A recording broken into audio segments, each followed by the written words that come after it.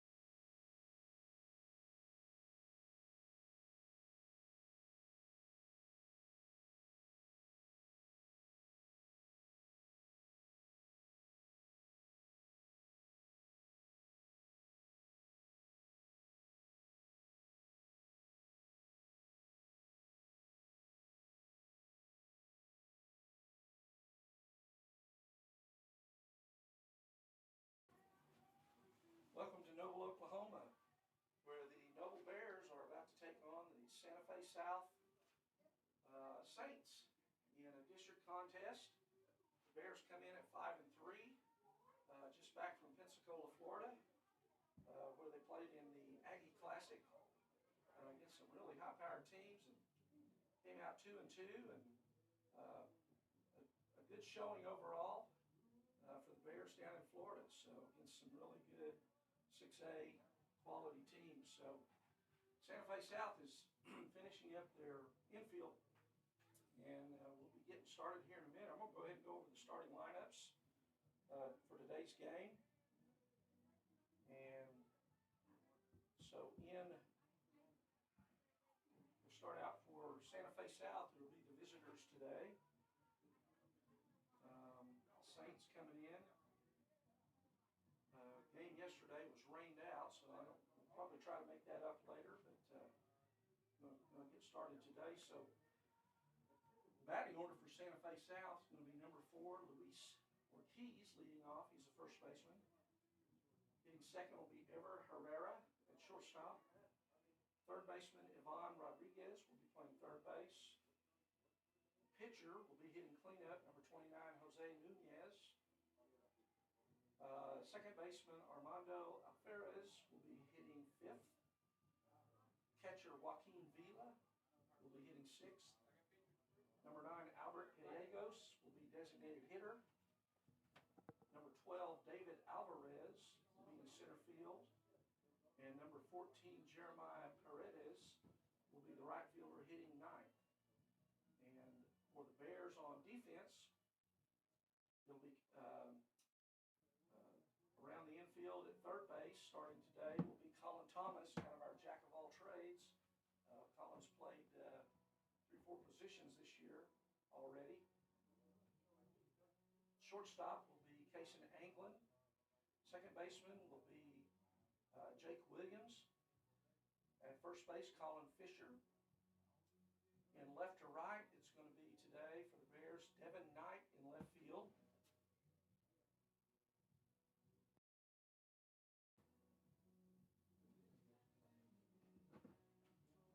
In center field will be Carter Golish, and in right field will be Cooper Nash.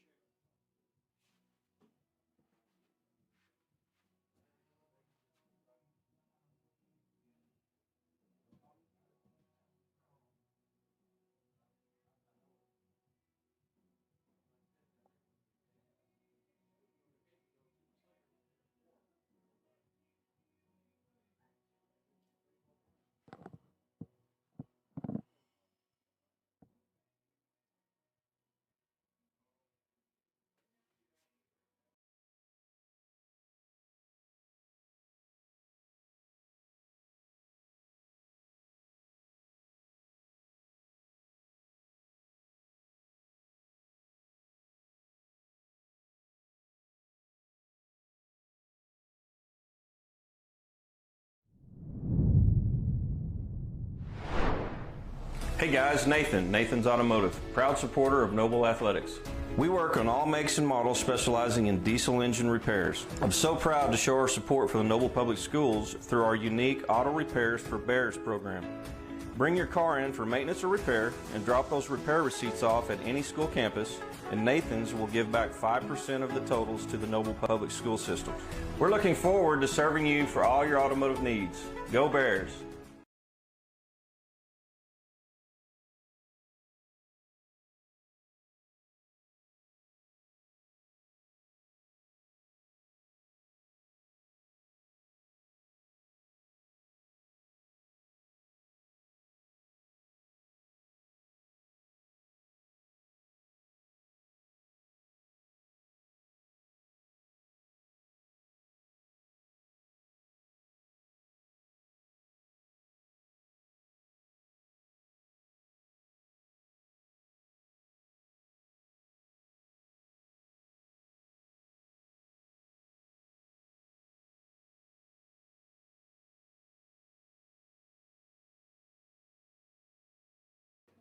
Test, test, test.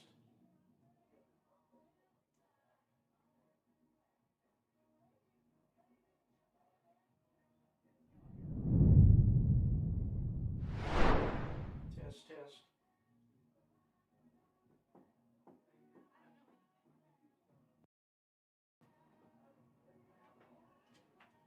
Test, test.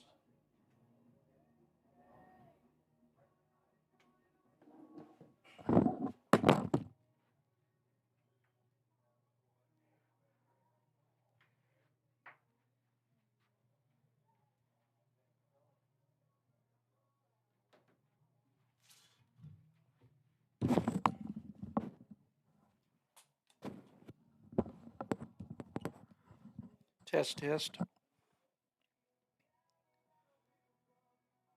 Okay, welcome to Noble, Oklahoma,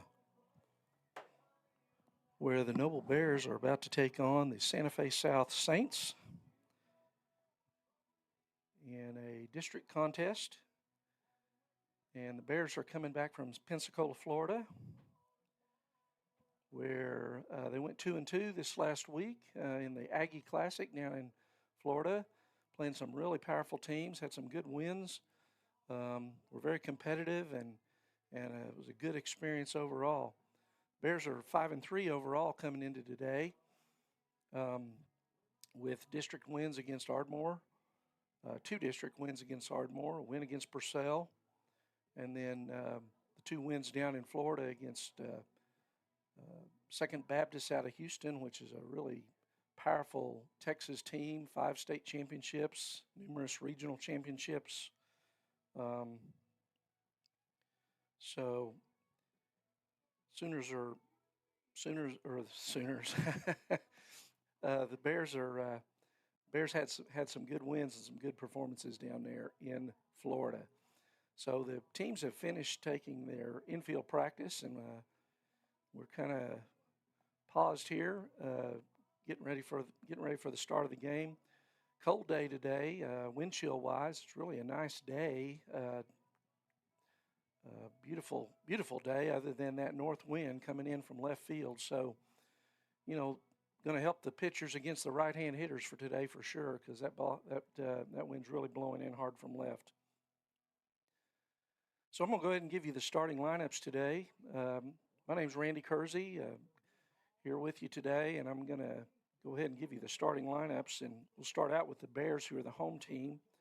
And on defensively, the Bears today will round the infield. It'll be Colin Thomas, number 33, at third base. Colin has played kind of a jack of all trades for the Bears this year. He's started at second. He's played some short, some left, some right. Today he's at third base. Shortstop, Kason Anglin. Jake Williams, junior second baseman, number 9, will be at second. Colin Fisher will be at first base for the Bears today, number 18. Left to right, it's going to be Devin Knight, who came in, had a really good series in Florida. Really hit the ball well, hit the ball hard, and kind of some exciting things to see there from Devin. Center fielder today will be Carter Golish, number 7. Carter's really rounding out in center field, played great defense the last couple of games down there, and he's also one of our catalysts on offense. Right fielder will be Cooper Nash, number 12, the senior. He'll be in right. And behind the plate, Braden Harper, senior. And on the mound today will be Chris Lovell, number 8, making his second start. He started the game against Pace, Tennessee, on last Monday. Chris got a late start this year because he had some arm issues and was waiting for some clearances, so his shoulder's okay. He pitched 4 strong innings, did not get a decision in that game, but the Bears ultimately won that game last Monday to open that Aggie Classic. Came back from a 5-1 deficit, and really a good building block game, good character game for the Bears. So Chris is on the hill, and he was kind of going to be counted on this year to be one of our main pitchers, and just kind of got clearance here. So he's got a little bit of a late start. He's a little behind the other pitchers on the staff, but he's going to get the start today. Bears have got a tough schedule the rest of this week. Tomorrow they play twice in the Shawnee Choctaw Classic. Play a game Friday and they play a game Saturday. We'll be talking about some of those games coming up. So very tough slate of games ahead for the Bears. And, you know, that's on purpose. The coaches wanted this year, after last year, the Bears had a great season, got to the state championship, and, you know, just hadn't faced the level of pitching consistently that they did in the state tournament, and that really hampered them in their effort to advance in the state tournament. So coaches have made a conscious decision this year to really schedule a tough schedule, and they've done that. And we're gonna see some of that this week. Tomorrow we've got Edmond North, a 6A school, and Bixby, a 6A school. So 2 games tomorrow, one in Shawnee at 10 a.m., one at 5 p.m. Up in Choctaw against Bixby. So 2 games for the Bears tomorrow. We will be broadcasting both of those games, so join us at 10 in the morning from Shawnee, and then again at 5 o'clock tomorrow evening against Bixby up in Choctaw. So if you can't make it over to the park, tune in to NobleBears.tv, and we'll bring you all the action. Friday, the Bears are going to take on Piedmont, and then Saturday they'll close out with Choctaw, which is a really good 6A school. Choctaw was also down in Pensacola this last week, and I believe they were undefeated down there. We ran into them once already, and Bears didn't kind of have their best night. Didn't pitch particularly well. Had a lot of bases on balls, and then didn't field very well, and then ended up losing. But so the Bears will be looking to show Choctaw that that first go round is not how that's going to go. So we're waiting here to get started. I don't know exactly what we're waiting on. I haven't seen any umpires, so I'm guessing that might be it.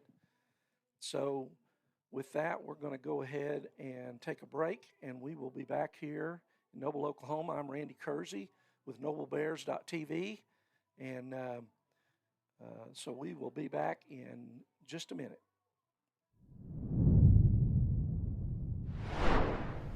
Hey guys, Nathan's Automotive, proud supporter of Noble Athletics. We work on all makes and models specializing in diesel engine repairs. I'm so proud to show our support for the Noble Public Schools through our unique Auto Repairs for Bears program. Bring your car in for maintenance or repair and drop those repair receipts off at any school campus, and Nathan's will give back 5% of the totals to the Noble Public School System. We're looking forward to serving you for all your automotive needs. Go Bears!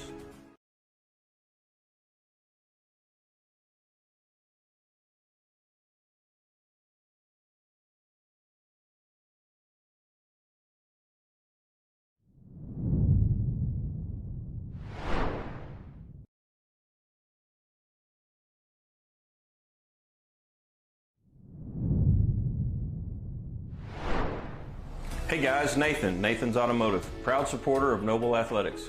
We work on all makes and models specializing in diesel engine repairs. I'm so proud to show our support for the Noble Public Schools through our unique Auto Repairs for Bears program. Bring your car in for maintenance or repair and drop those repair receipts off at any school campus, and Nathan's will give back 5% of the totals to the Noble Public School System. We're looking forward to serving you for all your automotive needs. Go Bears!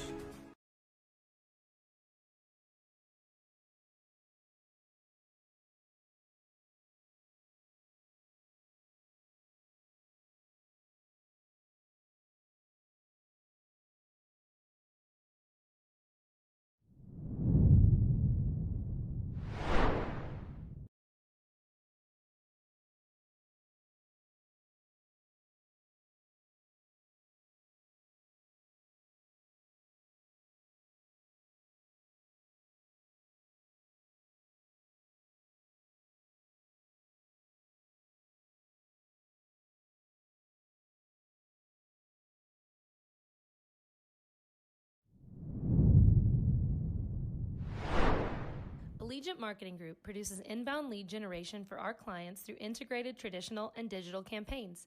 We continuously develop new strategies, tactics, and productive efficiencies so you can reach your target market and get a measurable return on investment. This fast-paced world demands for your products and services to be presented at the moment your buyers need them.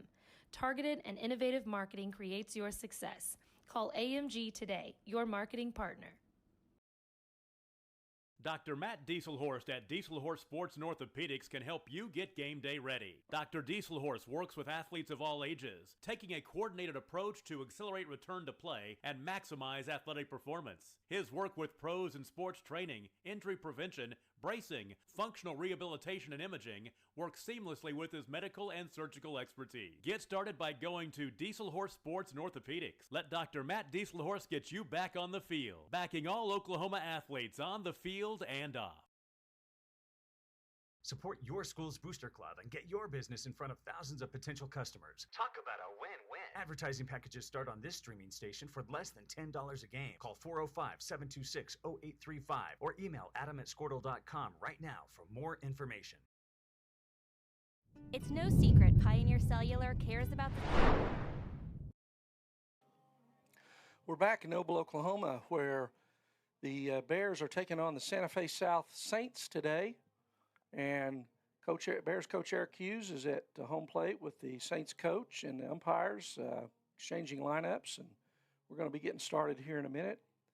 I mentioned that Chris Lovell is making his start today on the mound, his second appearance on the mound of the year and his second start. In his first game, he pitched against Pace, Tennessee down in Florida. Went 4 innings, 3 earned runs. Did not figure in that decision as he left just as the Bears had tied that game, and then the Bears went on to win that game with Jake Williams coming in and throwing 3 innings of relief and picking up the win for the Bears. So anxious to see how Chris throws. He threw well for his first outing, and that that's a tough. He didn't get to pitch in any of the scrimmages. And then that was his first game on the mound this year. So this will be his second go. So we're going to pause right now for the national anthem and then I think some special ceremony.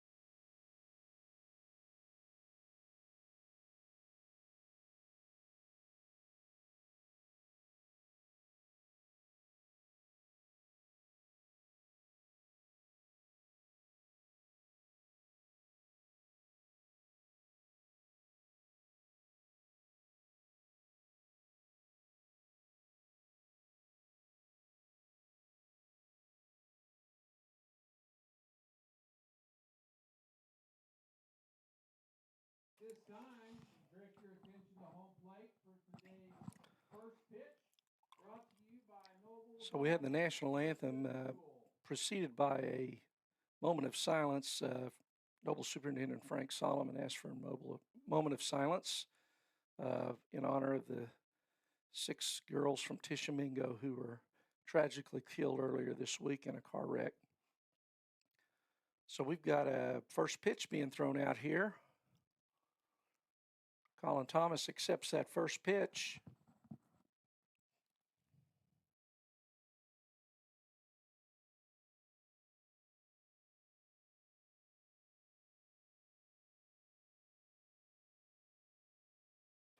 First pitch was thrown out by Kirsten Sewell.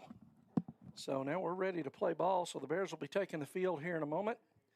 And again, that defensive lineup is going to be third to first. It'll be Colin Thomas at third, shortstop Cason Anglin, Jake Williams at second, and Colin Fisher at first. Left to right will be, today's going to be Devin Knight in left, center field Carter Golish, and right field will be Cooper Nash. The Bears taking a picture with the young lady throughout the first pitch. So as soon as they get that all done, we'll be ready for some baseball here. Leading off for Santa Fe South is going to be their first baseman Luis Ortiz. He'll be followed by Evan Herrera at short and Ivan Rodriguez at third base. So here come the Bears. Chris Level on the hill out to take his warm-up tosses to Braden Harper. Both seniors.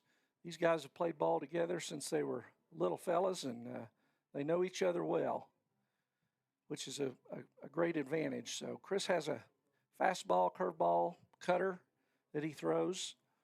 Got a really devastating curveball. Pitched the championship game in last year's regional, the win that sent the Bears to the state tournament. So he's throwing fairly easily, looks like, out there. So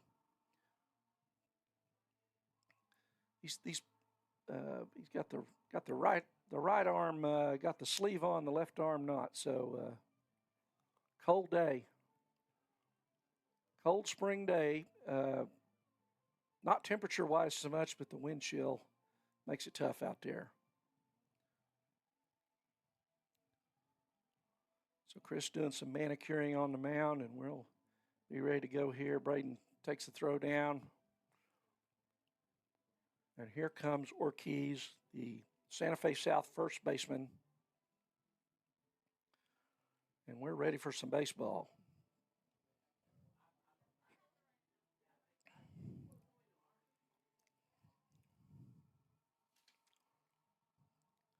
In his one game of work, Chris's ERA is 5.25. He did much better than that last year, and we certainly expect he'll do better for the rest of this year. He just, again, like we said, it was his first outing, and went for 4 innings against a very good team out of Tennessee. So here's the first pitch of the game, and that's fouled straight back for strike 1.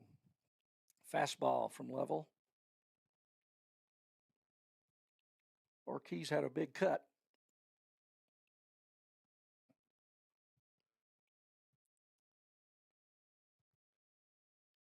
Chris throwing from the stretch here again early in the year, getting the mechanics down.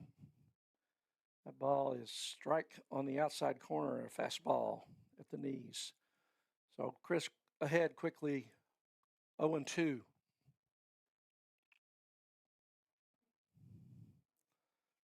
Bear defense playing straight away for Ortiz.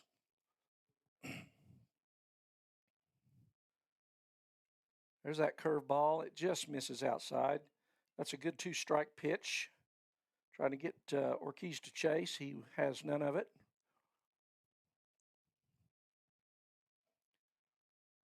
One ball, 2 strikes to the leadoff man, Ortiz. He fouls that one straight back. So Chris is pumping the strikes in, which is what you want to see. Get ahead.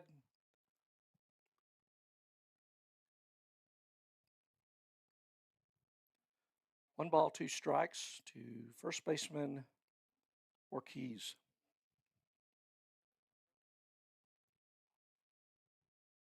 There's that curveball Ortiz waves at. Fooled him. He got out in front of it and got him with that curveball low and away. So the strikeout. And the Bears have 1 down in the first. That brings up second hole hitter, Ever Herrera, the shortstop for Santa Fe South. Again, the Bears playing straight away. There's a curveball in, just misses low. Good break, but broke down. Herrera kind of gave up on that, and he's kind of fortunate it broke too low. Fastball up in the zone. Herrera chases, swings through that.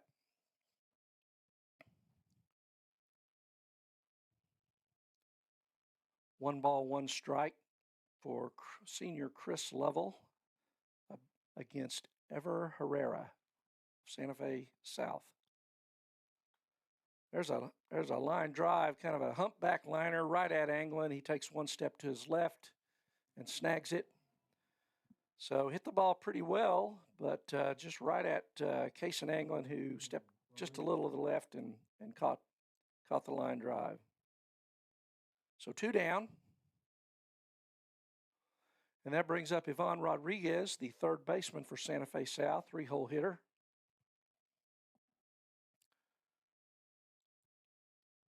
Two quick outs for the Bears. There's a fastball, just misses up. Lovell's only throwing a couple of curveballs. He's kind of working that fastball. First time through the lineup here.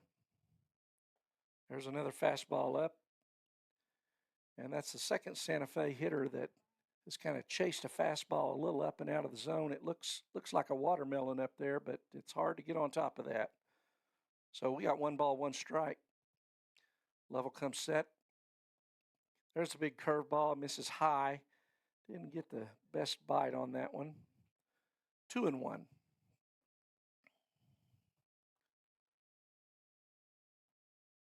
As we mentioned, the Bears are 5-3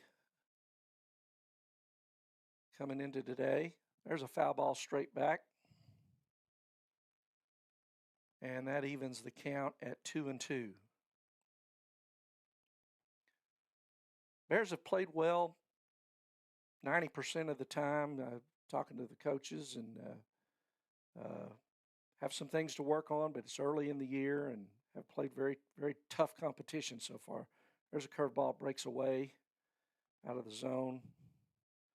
Runs the count to full for Santa Fe third baseman Ivan Rodriguez. Right-handed hitter. Full count. And he swings through strike 3, fastball. So Lovell takes care of Santa Fe South 3 up, 3 down in the first with a couple of strikeouts. And so after 1/2 inning, it is Santa Fe South 0 and the Bears coming to bat.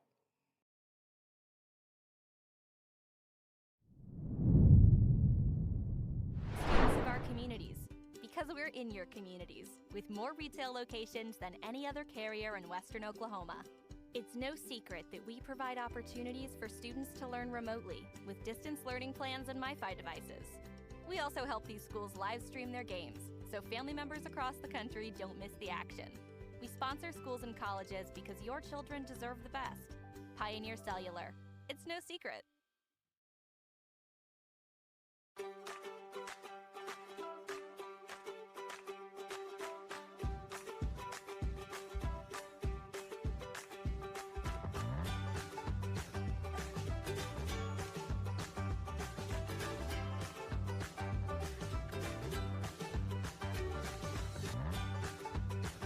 Stream with Oklahoma's #1 high school streaming service, Squirtle.tv.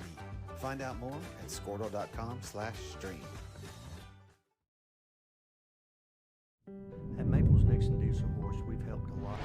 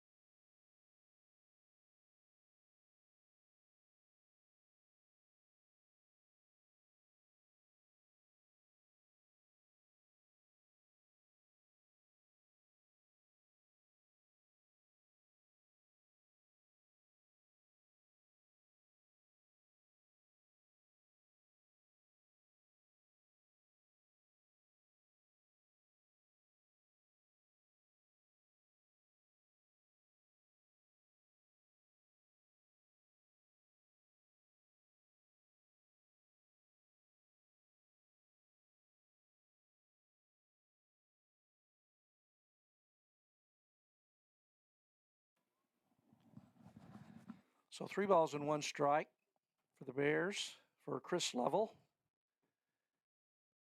He swings and tops that one. Running the count full. So full count, 1 out. Bears have Golish at third after a single, beating out an infield single, and Anglin singling to left. They moved up on a fly ball by Fisher and then a pass ball. And Chris Lovell's in with a full count with 1 out. The Saints infield is playing back except for at third base, so willing to give up a run for a ground ball here. There's a curveball, kind of froze Lovell for strike 3. So Saints catcher got a little confused there. He thought that was the third out, but it was not. So 2 men out, and the Bears have second and third with Braden Harper up. Braden off to a slow start at the plate early in the year, but really picked it up the last 2 or 3 games there in Florida. So looking for Braden to continue his hot hitting here. There's a curveball, just misses outside. 1 ball, no strikes to Braden Harper. Jose Nunez on the hill for Santa Fe South. And there's a pop-up. It's going to be in foul territory. Coming over is Nunez. Nunez, the pitcher, makes that play. The catcher was having some trouble with it. Nunez does a good job there coming over and making that catch. So the Bears leave him stranded at second and third on the foul out by Harper. So at the end of 1 inning, it's Santa Fe Saints 0, Bears 0, and Santa Fe coming to bat in the second. We'll be right back on NobleBears.tv. And our goal was to treat each and every person like a friend. And as a friend,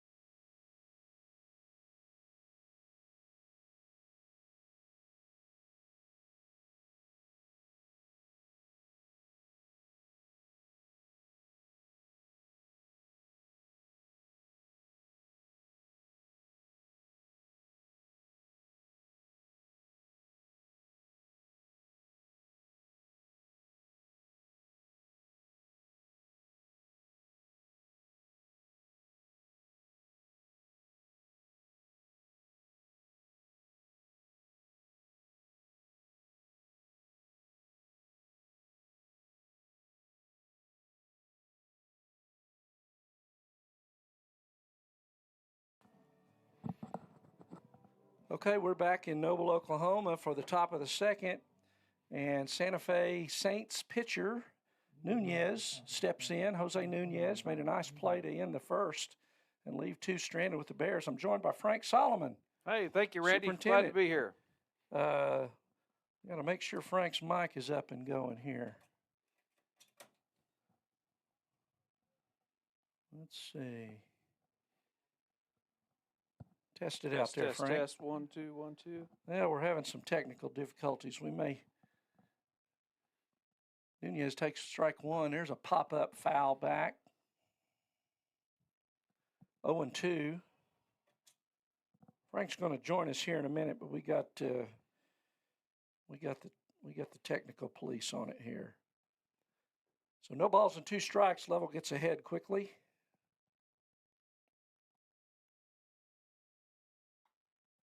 There's a fastball down the middle, served out into right center, and that ball's down, and it's getting past Nash. He gets it before it gets to the fence, but Nunez cruises into second with a stand-up double to lead off the second for the Saints.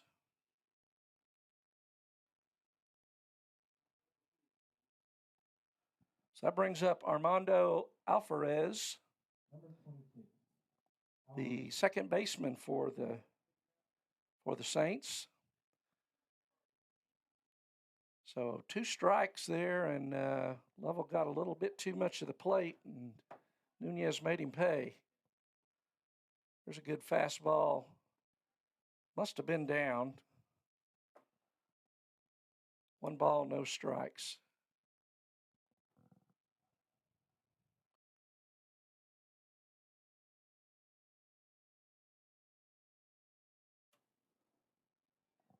Lovell misses with ball 2. 2-0. So the Saints threatening with the leadoff man on second. Lovell works from the stretch. And there's a little flare out into right field, and it is dropped. And that was a fair ball. That ball should have been caught, but it is a tough wind out there. So it looks like if he'd have let it go, it'd have curved on foul. But he tried to make the catch, which is the right thing to do, but it glanced off his glove and he was just inside that right field line. So that's going to go down as an error. E9. That's one thing the Bears, and talking to the coaches even, that we've got to improve on. We've got 21 errors in the 7 games other than the 16 strikeout game. That's 3 a game, and that's not. This team has higher aspirations than that, and that'll catch up to you at some point. So Coach Eric Hughes out arguing whether that was fair or foul. To be honest, it looked like Nash hit that ball when he was in fair territory. So Coach Hughes having his say. I doubt he's going to change his mind.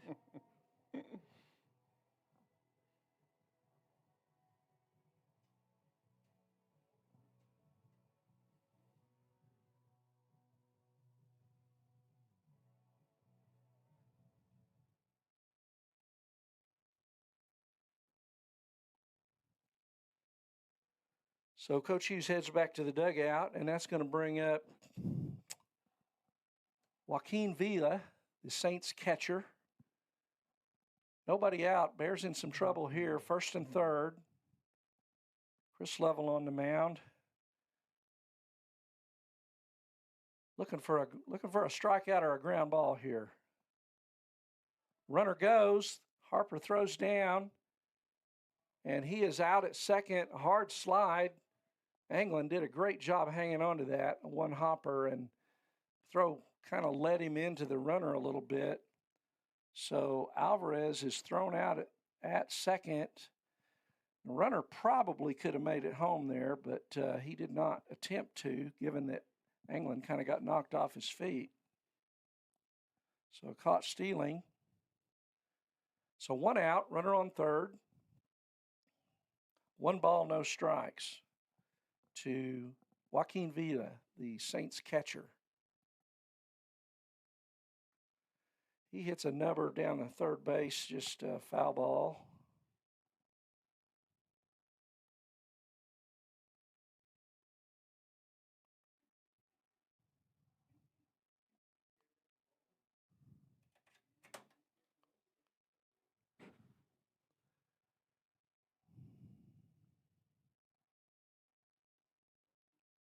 Here's the pitch. That's a fastball in there for a strike. So Lovell gets ahead, 1 ball, 2 strikes.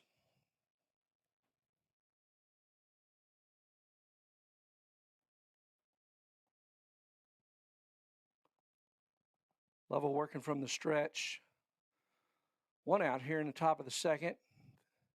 There's that good curveball. Nice job, Harper. Dug it out and throws down to first. That was a super play by Braden Harper there.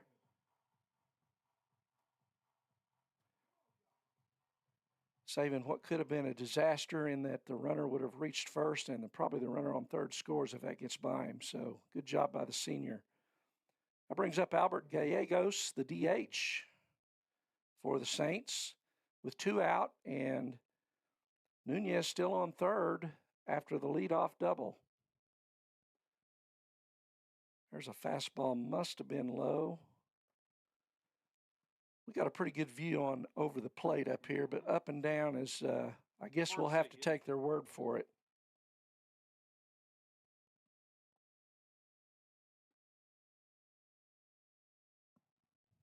Ball 2. Lovell wanted that one, and I think Coach Hughes did too. 2 balls, no strikes, 2 out. Top of the second.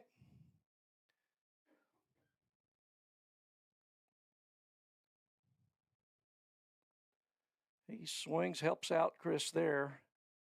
Swings on a high fastball that was clearly out of the zone, so 2 balls, 1 strike.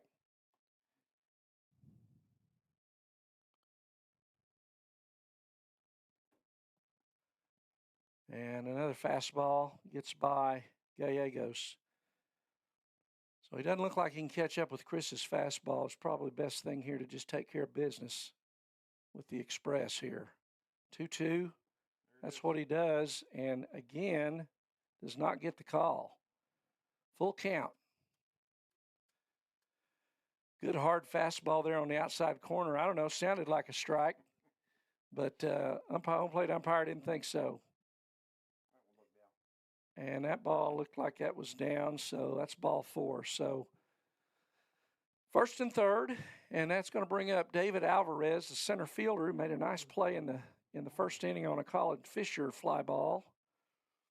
A tough wind out there when that ball gets up in the air today. First and third, 2 men out. Chris Lovell working from the stretch. Bears trying to work out of trouble here.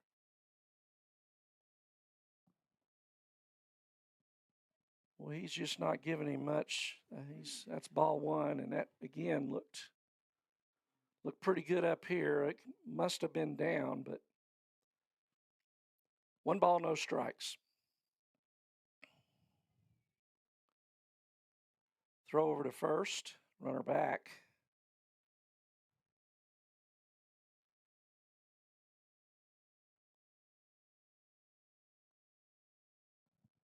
Bottom part of the Saints order, you got to believe Chris can probably overpower these guys. Ball 2.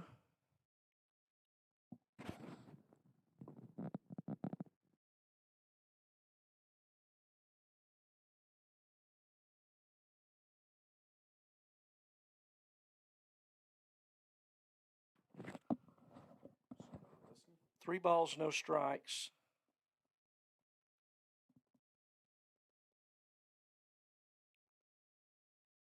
And there's a called strike. 3-1.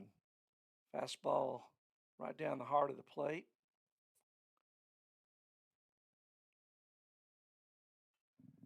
There's foul ball.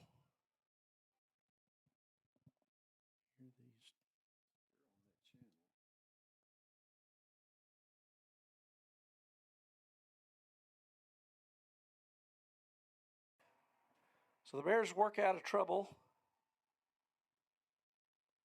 in the second, stranding 2 Saints runners. So we're going to go to the bottom of the second. It's Santa Fe South 0, Bears 0. We'll be back in just a minute.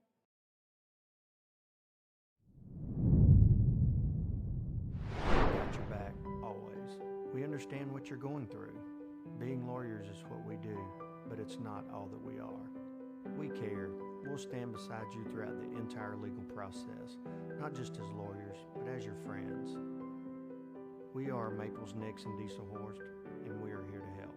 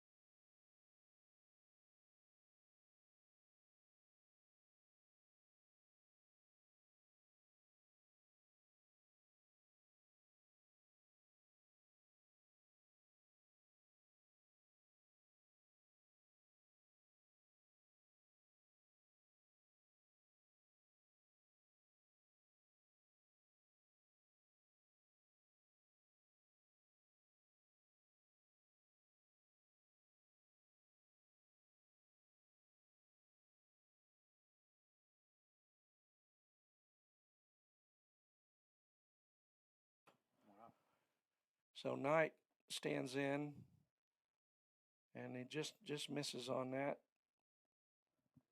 So we got 2 balls and 1 strike to Devin Knight after the Colin Thomas leadoff double.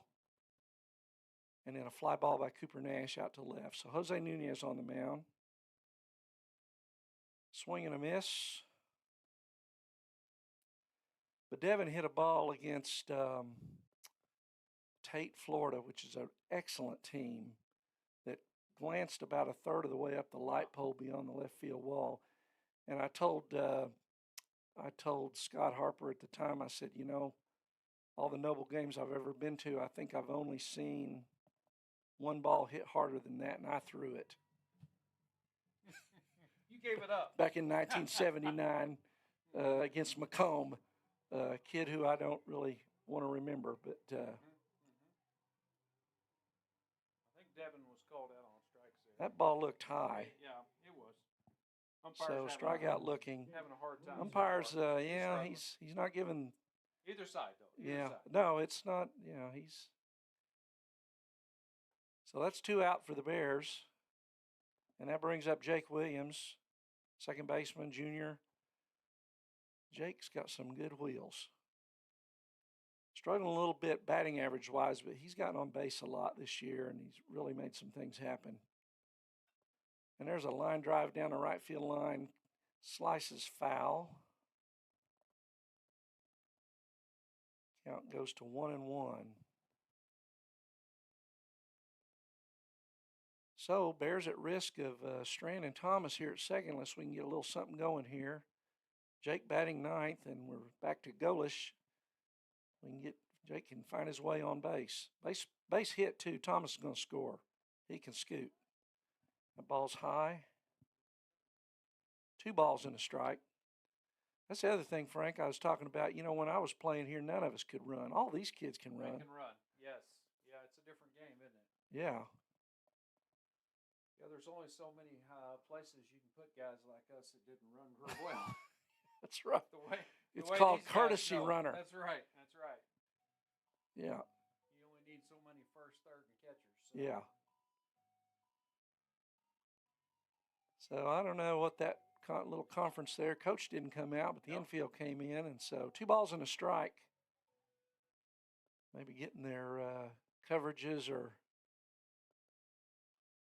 it's kind of where you worry. If you're calling, you're going to be a little careful here after a 2 balls and a strike. That ball misses up. Good take there by Jake. 3-1. So 3-1. Jake Williams. Jose Nunez got 2 out, and that ball misses away. So the Bears have got him at first and second with 2 out. Back to the top of the order. Carter Golish, who came in today hitting .458, having a really solid offensive year with some pop. Beat out a single his first at bat, so he's hitting better than that now. Nunez comes in. Ball up in the zone, and Carter went for it, fouled it back. Make him bring that down a little bit.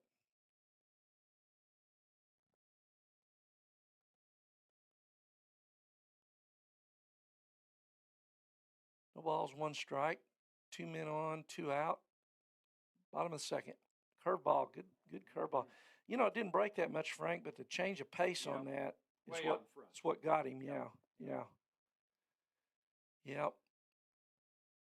That's 0-2. You want to go the other way with too. Right.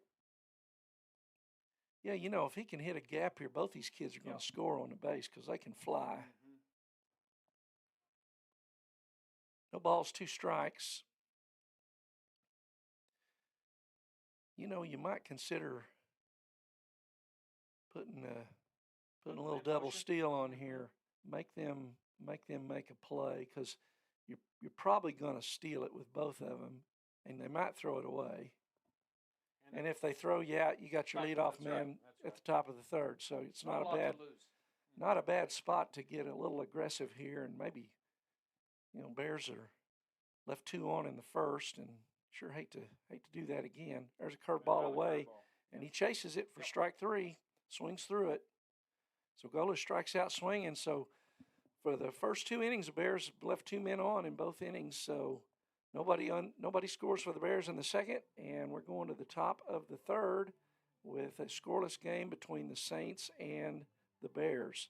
So Frank, we'll just stay here and visit with you a little bit. Absolutely. Talk to us a little bit about hey, what's going on in the overall athletic program in Noble right now? Absolutely. No, we got a lot of stuff happening. We always do.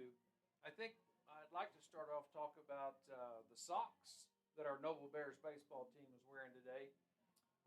Hopefully you'll get to see them. It's every color under the rainbow. In addition to characters, it's in honor of World Down Syndrome Day, which was Monday. Unfortunately, we got rained out and had to move it to today. But just a appreciation for our kids. You know, we have several kids that have Downs, and you know, we believe in every kid every day. So the fact that our baseball team is participating in this time to honor our students with Downs and those others around the world that have Downs, it's pretty special to be a part of. Absolutely. But in addition to that, you know, we have soccer. Soccer played last night. We have the Rose Rock tournament starting tomorrow. Track teams start this weekend. Golf teams start, if we don't get rained out, supposed to start tomorrow. So we've got buses going in every direction for the next 6-7 weeks. Yep, it's always a busy time of year. It is. It is. So the Saints have Paredes leading off, right fielder, Jeremiah Paredes. He takes strike one from Chris Level on a fastball. Paredes, the 9-hole hitter. Another fastball just misses down. Boy, I tell you. Tight zone. He does have a tight zone. Chris looks to me like he's really filling that bottom of that strike zone up, but he's not getting any of those calls. But got to find where he likes them. Yep.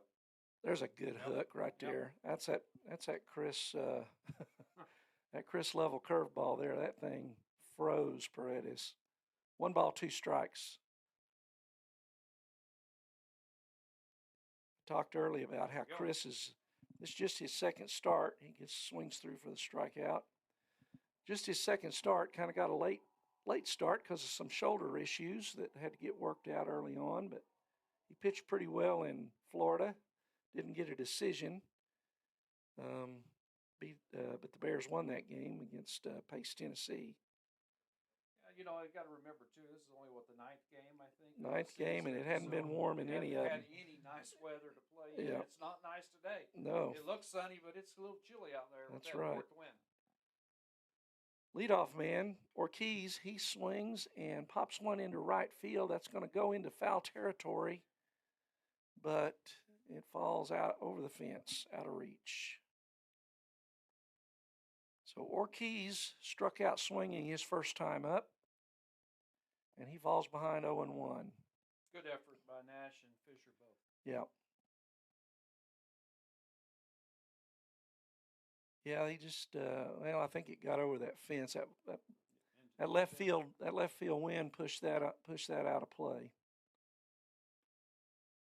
There's a strike called, which I've seen that pitch before today, but well, hey, you know, we were due to get a strike. There you go.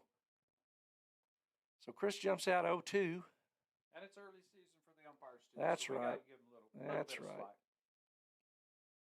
There we Good go. Helped us curveball out. low and away. Harper digs it again. Yep. And, you know, talked about earlier, Frank, I don't know if you were in here or in the next booth, but Harper and Lovell have played together for a long time, and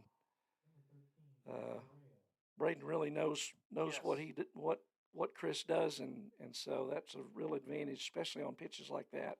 Yeah, two really good defensive stops. And that's a good 2-strike pitch, too. You don't want to give him anything to hit. He kind of did that early. There's another curveball in there for a swinging strike to Herrera. And Nunez ripped him for a double with 0-2, and I don't think he wants to make that mistake again. I don't think Shane Fisher wants him to make that mistake I'm again. pretty sure you're right about that. There's a fastball, Once swings again, through. 0-2. So He's Chris, getting ahead. he's getting ahead in the count. Chris at 45 pitches, 29 strikes so far. So he's better ball strike ratio this outing than his first, which you'd expect. There's a line drive into right, and Missed it. I think that ball got in the sun. Nash mishandles it in right field. That's the second ball that probably should have been caught out there. The way he looked at that just looked to me like he lost that in the sun, Frank. Could be. But that's why you have sunglasses and a hat and Yeah. a glove and Yeah. do what you got to do. Number 18, Rodriguez. But we got 2 outs. Let Lovell battle back and get this next guy and move on. Yep. So Herrera hustled down to second on that. Ivan Rodriguez, he's up there cutting, and he fouls one off to the right behind on that fastball. 2 outs. Yeah, I think as long as Chris is smart, nobody's gotten around on him. Yeah. This is the second time through the lineup, and they're still everything's going to right field and out of play.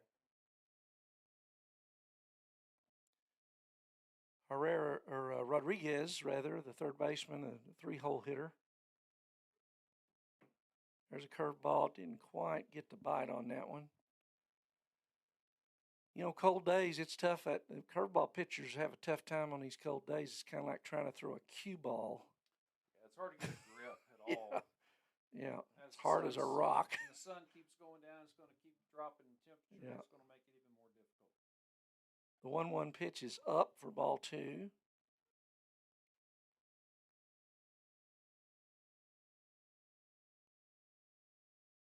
So we talked about the Bears needing to shore up the defense, and here we've got 2 errors in the first 3 innings. There's a pop up to the right side. The wind's going to grab that. Fisher is over there, and I think that's out of play. Our vantage point doesn't Yep. let us see behind the first Went base out of our dugout. view behind the first base dugout. So 2 outs. If he can get Top a of the grip right third. here, be Yep. a good place for that curveball. Right. 2-2 pitch coming. Lovell working from the stretch as he has the entire game. There's that There it is. curveball. Oh, my goodness. Doesn't get the call. So fooled Rodriguez and fooled the guy in blue, too, I think. So full count. Might have been a little inside. I'm not biased or nothing, Frank. I'm pretty You sure know, neither you've one known of me us long are. enough to know I'm not biased, We're not right? biased at all. I don't know There's any hometown broadcasters at all. there's a good fastball, and again, Rodriguez has trouble getting around on it, fouls it off back into the right. So 3-2 count. Senior Chris Lovell on the mound.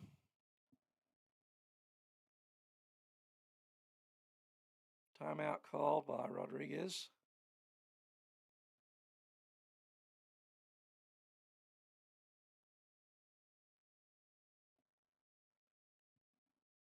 Rodriguez struck out swinging his first time up. Chris trying to have him have a seat again. Runner moves, and there's a line drive into left, and that ball's going to drop. Here comes the throw to the plate from the left fielder Knight, and he is in there. The runner scores. Nice hit Herrera run. from second. Yep. So, base hit to left.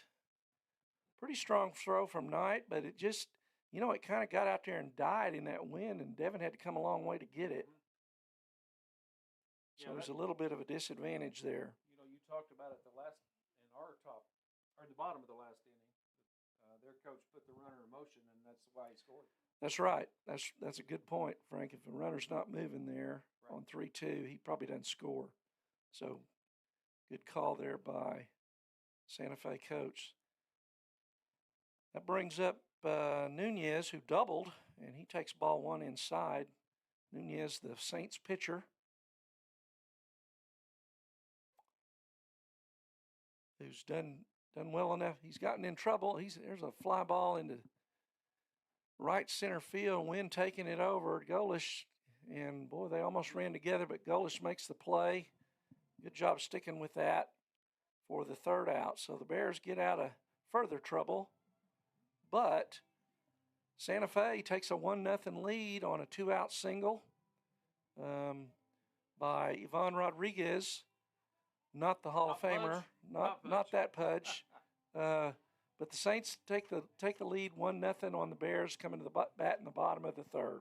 And we'll be back in just a minute.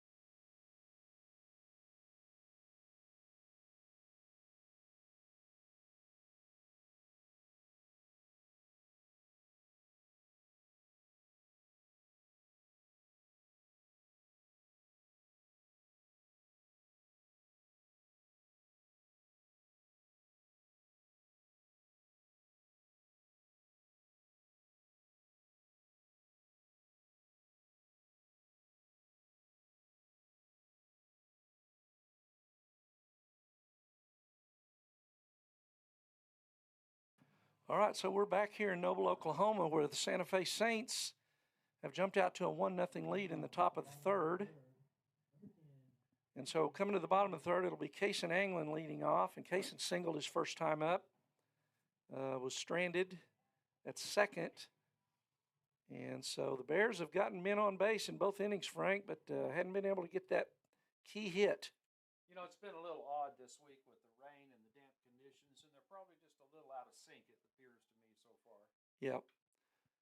Kaysen puts a charge in that one into dead center field, and center fielder, he drops it. Kaysen hustling right out of the box, and he cruises into second. So good job there, Kaysen, by not giving up on that ball. Hey, with that win today, you can't give up on anything. Absolutely.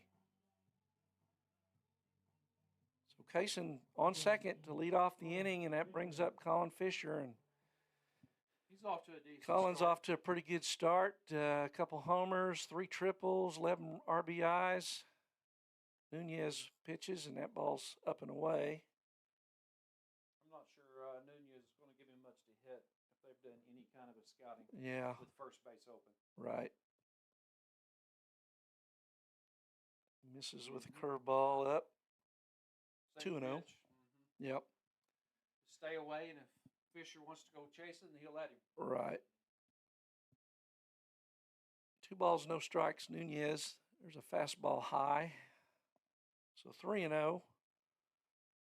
So you're right, Frank. So far, nothing for Colin to offer at.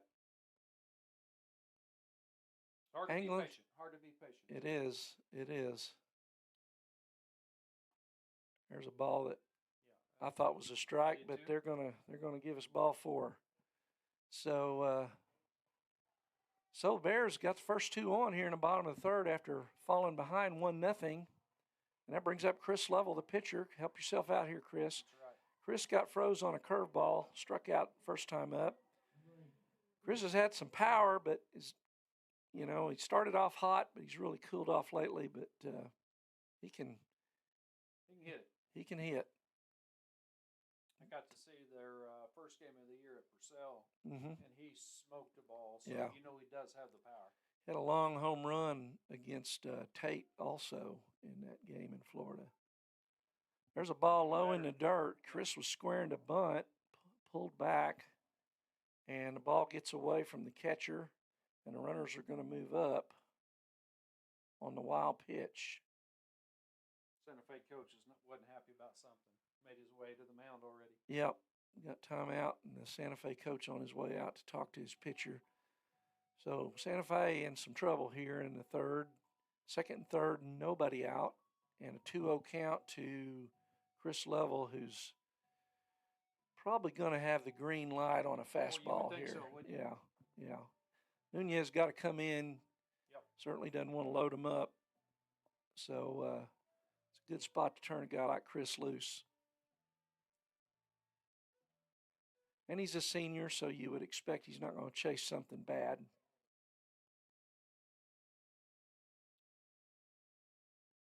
Nunez comes set, and that ball's down, and good block there by Villa. Do we still call that the dirt? Even though I guess so. Yeah. we artificial turf the plate area this year Right. because of all the standing water issues that we've had since the field was built. So Uh-huh. sure has made a difference. 3-0 pitch. Chris swings through. Off Yep. speed. That looked like a straight change. Straight Yeah. change. Yep. Didn't break. Just out in raced- front. Yeah. Change of speed got him. I tell you, when you're heading the count or when you're behind in the count like that, if a pitcher can come in with a pitch you're not expecting, that's a real bonus. Yep, There's a there's hard base grounder. hit. It gets by the third baseman down to the left field line. Left fielder over, picks it up. He stumbles. Both runners are going to score and levels into second with a stand-up double. And Bears take the lead 2-1 on a 2-run double by Level. Yeah, Nunez left that one over the plate and Level turned on it. Yep. Which is what you were saying, senior, you would expect. So good job there, Chris. Helped himself out. So he's on second, and that brings up Braden Harper, who popped up, fouled out his first time up. And so nobody out here, and Braden Harper at the plate with Level after the Level double, and there's a ball outside. Got a courtesy runner out there for Chris, and I can't tell that number, Frank. Yeah, you're asking the wrong guy for assistance. You guys there. are going to have to give me some binoculars if you want me to look at numbers all the way at second Yeah, I base. understand. There's a foul ball. Thinking maybe 14. That would be Rudd. Trevor Rudd, perhaps. Yeah, He turned his back briefly. 1 ball, 1 strike to senior catcher Braden Harper. There's a ground ball right at the shortstop. He's got it. Fires over for the out. Nice play there by Herrera, holding Rudd at second. Wasn't much Rudd could do there. Nope, right in front of him. Yeah, can't try to advance when the ball's hit on that side. No. You know, and that's kind of something that, you know, you like to see the kids try to take that ball the other way and get that. Nobody out. If you can get that ball, even if it's a ground out, if you can take that to the right side, then you've moved him over. He's going to score on a wild pitch. He's going to score on a fly ball. So kind of a little bit of a missed opportunity there.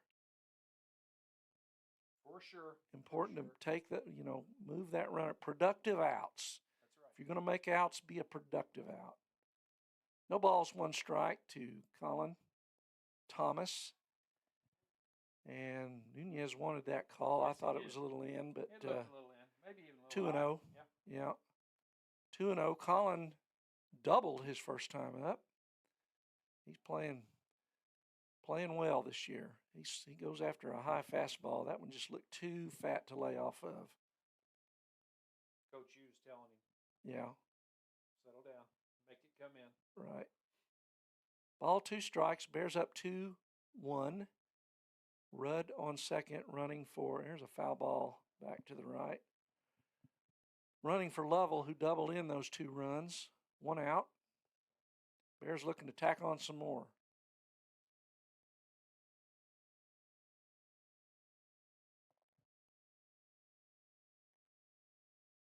Nunez comes in.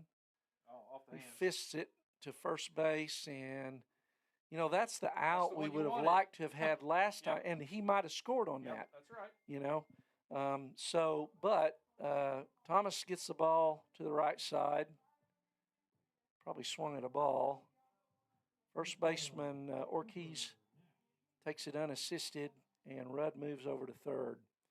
So with 2 outs and Trevor Rudd on third, that brings up Cooper Nash.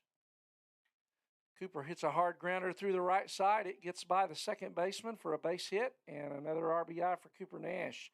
Good job on a 2-out single by Cooper Nash. Scoring Rudd from third, and that's the 3rd run of the inning, and the Bears lead 3-1. Take them out, you can get them. Devin Knight up, and I think we were having some audio problems. I was telling Frank, and the last time Devin was up, he hit a ball, or in Florida, that glanced off the third of the way up the light pole and left, and I had never seen a ball at a Noble game hit that hard other than one that I threw one time. So, You know, Macomb's one of those classic man. Class B schools that always have Yeah. a player or two. Well, they play all year, and they're Yeah, that's right. up and in. Knight is hit by the pitch. Way to wear it there, kid. Moves Nash to second, and Knight goes down to first on the hit batsman. Brings up Jake Williams, 2 out.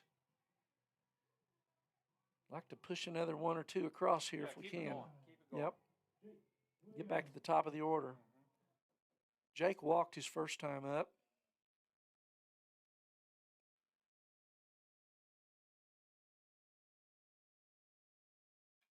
And there's a line drive into right. That ball's going to fall. Nash is coming around. He's going to go for home. And the runner, the throw in was cut off by Ortiz, but he couldn't get the ball out of his glove. He was going to try to nail Jake there. He may have. And probably would have, but the ball kind of got hung up on his glove. So Everybody's safe. everybody's safe. So base hit into right. Good job, Jake. Scores 1. Knight moves around to third. Jake moves into second on the throw there. So it's second and third, and we're back to the top of the order. And Carter Golish, one of their hottest hitters so far this year. 2 out. Nunez comes in. There's a line drive or hard grounder past the shortstop. That's going to score 2. And the throw is cut off and holds Golish at first. So a big 2-run single there for Carter Golish. And that's kind of what we've been looking for, Frank, those 2-out hits. Absolutely. I think they're finally starting to adjust to Yep. the pitcher. Yeah. I'm sure they saw a lot. They saw some speed that this kid doesn't have. I mean, he hadn't thrown horribly, but he's around the plate. Yep. There's ball 1 to Kaysen Anglin. Kaysen is singled and reached on an error. 2-base error. He takes ball 1. There's a fly ball into dead center field, and the center fielder settles under it for the 3rd out. But nice inning for the Bears. Bears plate 6 runs in the bottom of the 3rd, answering that 1 run from the Saints in the top. So we're going to come back for the top of the 4th, and the score is the Noble Bears 6, Santa Fe Saints 1. We'll be back on noblebears.tv.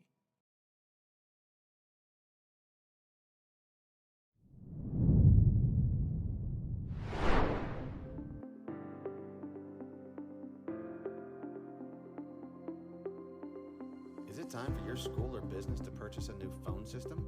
Give the experts at Versatile Networks a call. In most cases, we can provide a phone system with brand new phones for less than your current monthly bill. Call us for a free quote today. Allegiant Marketing Group produces inbound lead generation for our clients through integrated traditional and digital campaigns. We continuously develop new strategies, tactics, and productive efficiencies so you can reach your target market and get a measurable return on investment. This fast-paced world demands for your products and services to be presented at the moment your buyers need them. Targeted and innovative marketing creates your success. Call AMG today, your marketing partner. Dr. Matt Dieselhorst at Dieselhorst Sports and Orthopedics can help you get game day ready. Dr. Dieselhorst works with athletes of all ages, taking a coordinated approach to accelerate return to play and maximize performance. His work with pros in sports training, injury prevention, bracing. All right, we're back here in the top of the 4th. Randy Kersey with Noble Superintendent Frank Solomon subbing in for us today. You know, I think he's just up here because he doesn't want to be out there in the cold. Absolutely, that's And you know this, you know he does. Yeah, he does. Yeah, well, he does kind of. You know, I wasn't going to tell him no. That's right. I appreciate that.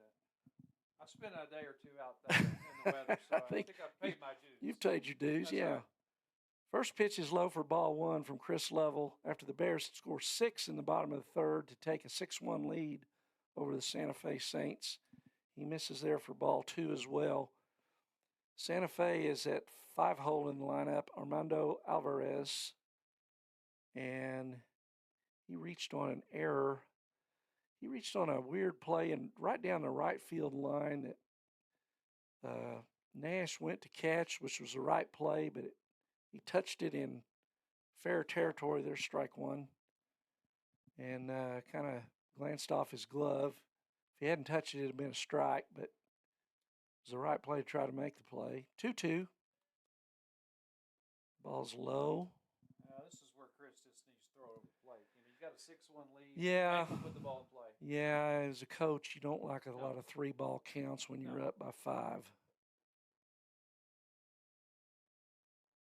The ball's down. So says home plate umpire. Right. So leadoff walk to Alvarez. That brings up catcher Joaquin Villa. Villa 0 for 1, struck out swinging.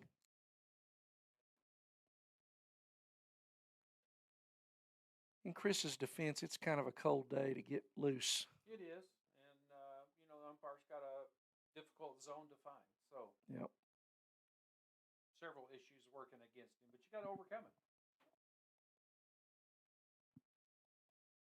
If they swing the bat, we don't have to rely on him. He calls that ball down. So quickly, level falls behind 1-0. There's a pop-up foul out of play to the right. So again, not getting around on that fastball. No, they have not. We haven't seen a ball to left or center. The one that was hit the center ended up in right center. Right. Yeah. 1 ball, 1 strike with Alvarez at first after a leadoff walk. There's Nice a good pitch. curveball. He Still a calls nice that pitch. up. Yep. We didn't get Good the call, but break. it was still a Didn't get nice the call. pitch. Yeah. It looks to me like, Frank, the home plate umpire's strike zone up and down's about 8 inches deep, tall. Yeah, Because he's not calling the ball to knees, and he didn't No. call that pitch there either. So, Yep. 3 balls and a strike.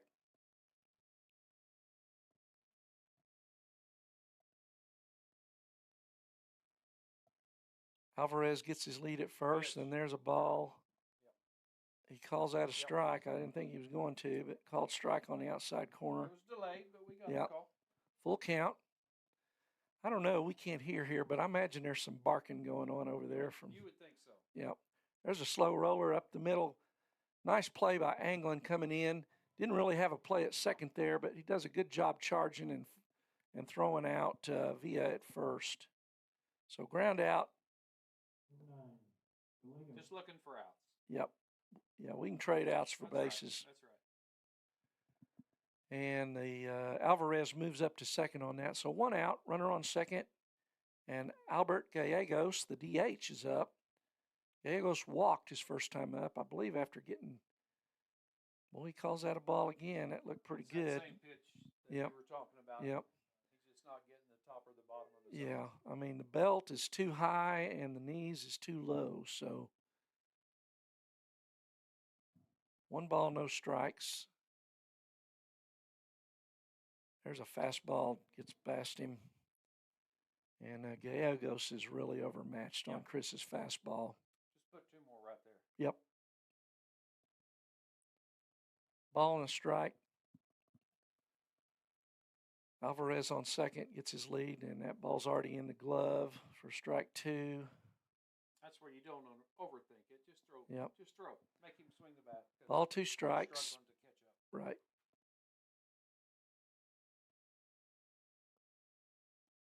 Misses down on that one. Evens the count at 2-2 to DH Albert Gallegos. Alvarez on second after a leadoff walk. And there's strike 3. Right down the middle on the fastball. Gallegos overmatched. So 2 down. Bears 1 out away from getting out of trouble and going batting again. And we are at David Alvarez, the center fielder, who's made some nice plays out there Yes, fighting he that has. win today. There is no can of corn today. No. Level comes set. Just misses inside. Harper framed it up, but didn't get the call. Shane Fisher throwing a ball out. I guess something needed a ball, and he kind of threw a fastball there. He did. Frank, I was glad Harper maybe there was caught a it. message. That was a message pitch from Yeah, Fisher, from Fisher. from the dugout. There it is. There's a strike. Maybe it worked. Maybe. 1-1.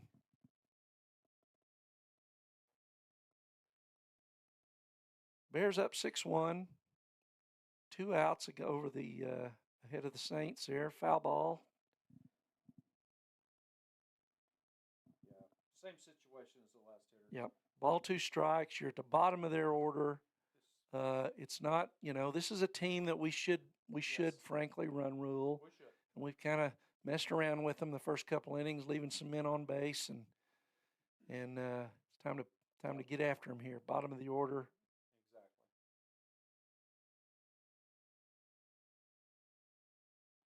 Don't overthrow it though. Yep, he kind of tried to throw that one. Tried to throw that one a little too hard. 2-2 to center fielder David Alvarez. Comes up with the curve. Did not get the bite on that one. Runs the count to full. And you can tell with that wind, I'm sure the temperature is continuing to drop, so that curve's Yeah. going to continue to get more. Kind of was hoping that wind had died down late. There's a foul ball. Fisher's going to go over into foul territory, and he makes the catch for the 3rd out. So good job there, Chris, coming back, getting out of that jam.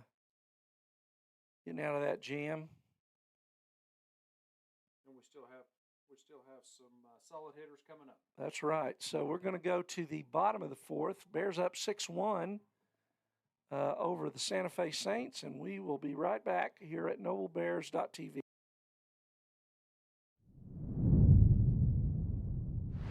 Functional Rehabilitation and Imaging works seamlessly with his medical and surgical expertise. Get started by going to Dieselhorse Sports and Orthopedics. Let Dr. Matt Dieselhorse get you back on the field, backing all Oklahoma athletes on the field and off.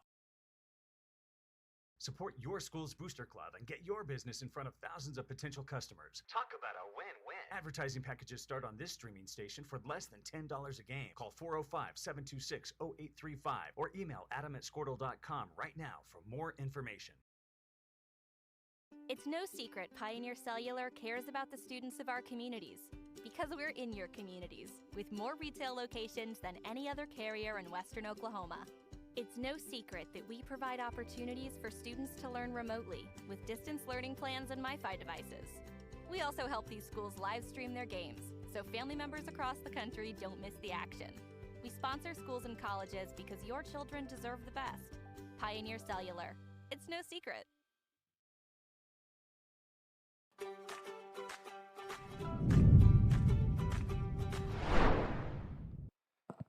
We're back in Noble, Oklahoma, where the Bears lead the Santa Fe Saints 6-1 in the bottom of the 4th. And Saints pitcher Jose Nunez comes back out for the 4th inning, and he's going to face kind of the heart of the Bear lineup, 3-4-5, Colin Fisher leading it off.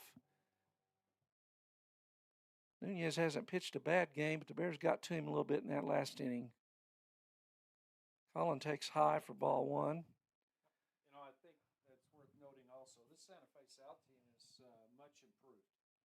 I've seen several years when they weren't competitive. And right. Like you said, he's thrown a decent game. Yep. And they're making plays in the field and putting the ball in play. So credit to the Saints. Yeah. Fisher swings through a high strike. 1 ball, 1 strike. Swings through another one. Strike 2.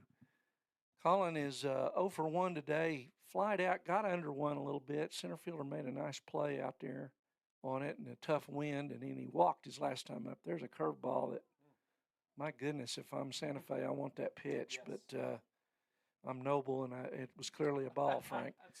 So 2 balls and 2 strikes. We've had some we thought. That's right. Too, so. Fair's fair. Yep. And that one's that's the perfect pitch for the just a bit inside. I think his cleat hung up on the mound because his whole body came across and threw it behind him. So that ball bounced about Non-intentional. 4 foot Yeah. behind the left field batter's box, or the first base batter's box, left-handed batter's box. So 2 balls, 2 strikes to Colin Fisher, leading off the Bear fourth. And it's high for ball 4. Colin's on for the second time today on a free pass. And that brings up Chris Lovell. Chris struck out in the first, left a couple of men on base, but made up for it last inning. Got a 2-run double down the left field line, driving in a pair. Really got the Bears going offensively in the last inning. He was the catalyst, wasn't he? Yeah. So Colin gets a big lead over at first. Nunez delivers up and in, ball 1.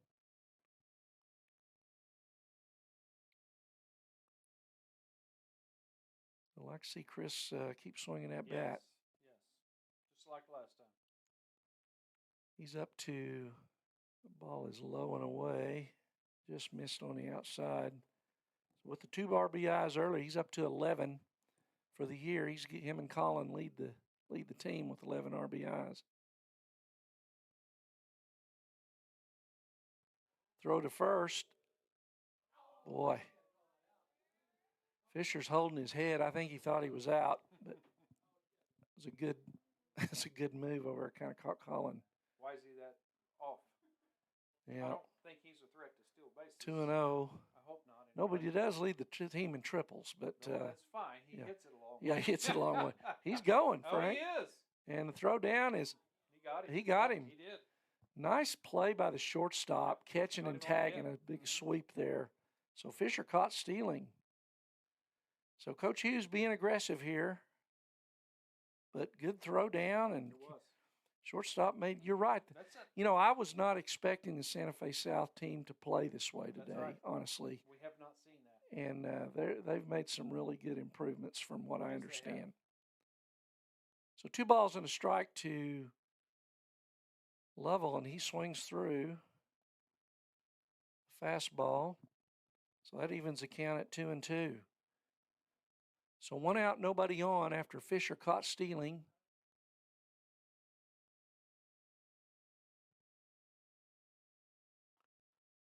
Ball's away.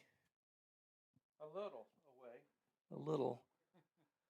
You know, after watching the tournament, you know, I was down in Florida, obviously, for all the games, and the strike zone in Florida was much bigger than it is in Noble today, I can tell you. There's a hard shot to third off the third baseman's glove. Lovell hustles over.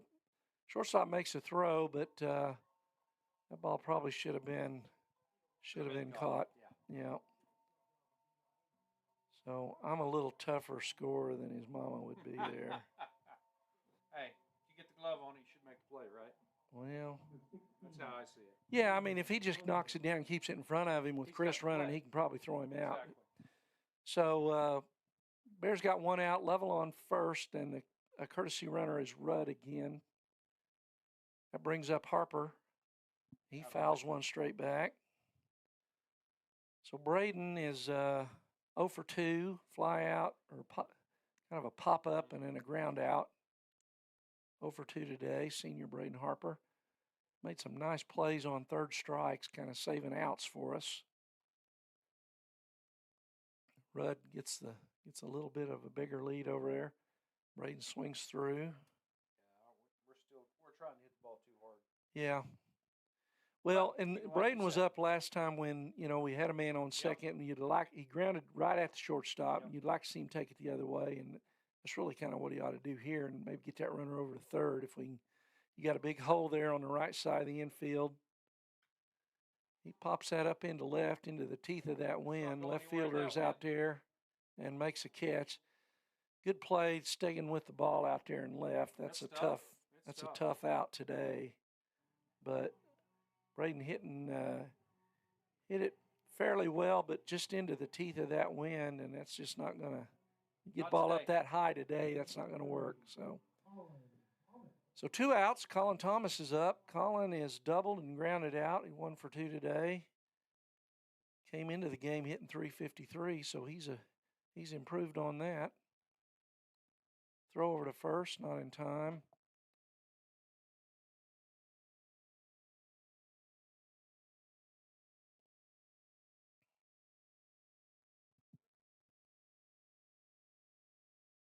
Nunez. 2 outs, working. Ball's up. Ball 1 to Colin Thomas. Well, we talked about earlier, Thomas has been an on-base machine this year. 11 walks. He fouls that one back. Off of everybody. Yeah, that got a piece of catcher and the umpire on got the a way piece back. of everybody. Yep. I don't know where his mama's sitting, but I hope she dodged that Yeah. one. So Nunez up to 75 pitches now. 1 ball, 1 strike to Colin Thomas Jr. playing third today. He's our utility man, Frank. He plays wherever. Depends on who's pitching is where Colin's going to play, but he's going to be in the lineup. Well, you got to have those on your team. And that was a strike that was just Blowing away. Yeah, low and away. I mean, there's been so many better pitches called ball than that one. So 1 ball, 2 strikes. Colin's got to protect here. Hey, difficult situation. Put the ball. That's right. In play. Hit it hard somewhere. Nunez throws over. Adversity, right? That's Yep. what we're looking for now. Early on, it's March. Yep. Let's learn from it and make something happen. 1 ball, 2 strikes, 2 outs. Trevor Rudd gets the lead at first. There's a foul ball. That's a way to fight it off. Colin. Again, that's a swing that he looks like he's trying to pull that ball. And boy, you really want to take that. That was the outside part of the plate. You really want to drive that into right, especially today. With the 30-mile-an-hour wind out of the northwest. Yeah. Ball and 2 strikes, 2 outs. Bears up 6-1. Ball's low and away. Gets away from the catcher, Villa, and Rudd hustling down to second base.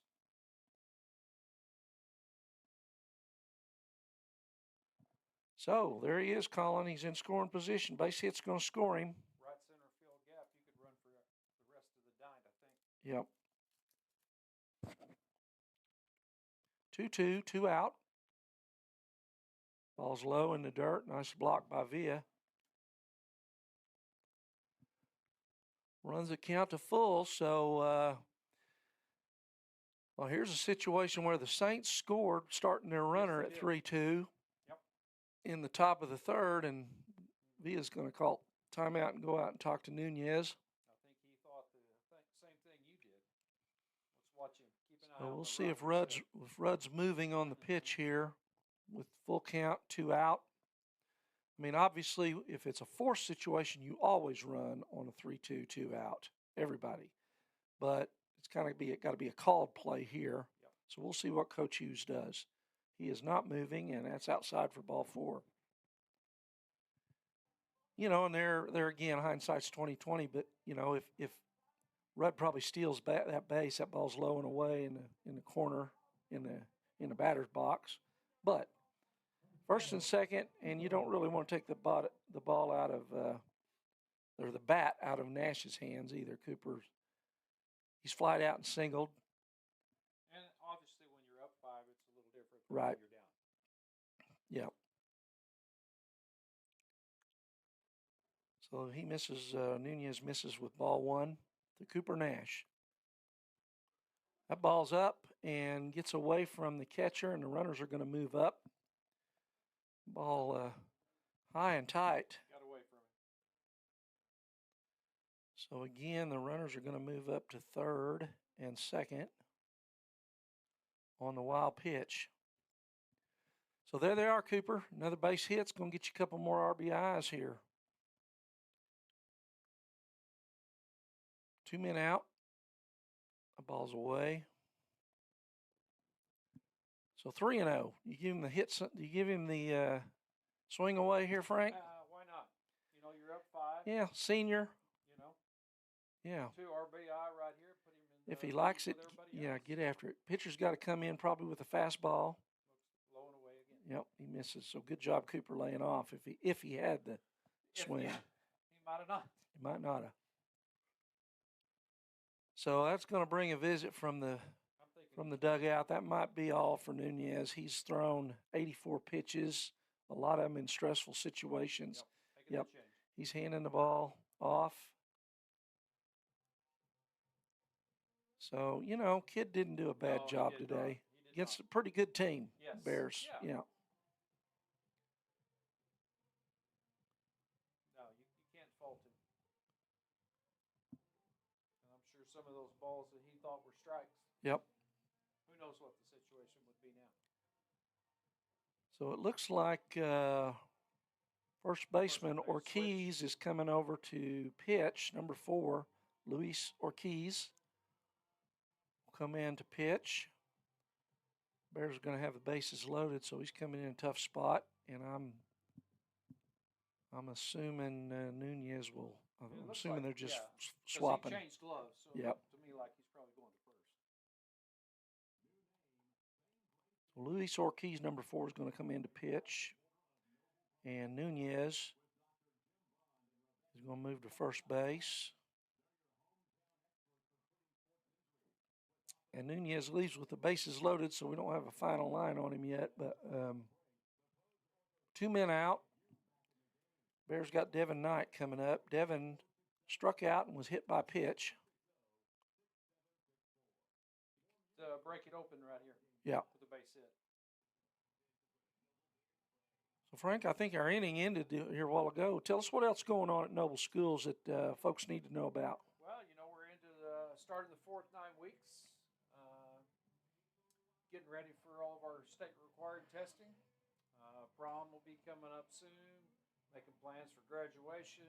Valedictorians will be announced next week, I believe, on Monday. Okay. It's end of the year. All the activities. We're back to being able to do some field trips, and we're really excited about that, especially for our little people.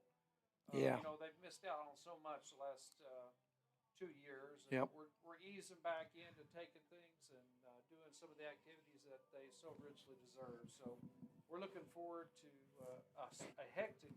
The 4th 9 weeks is just so hectic. There's just Right. something going every day, and then you have rain, and then you end up playing baseball on your one day off of the week. So Mm-hmm. but it's good. It's an exciting time of year for all of us. Yeah. Well, and it's good because it's been so difficult, I know, the last 2 years with everything going on.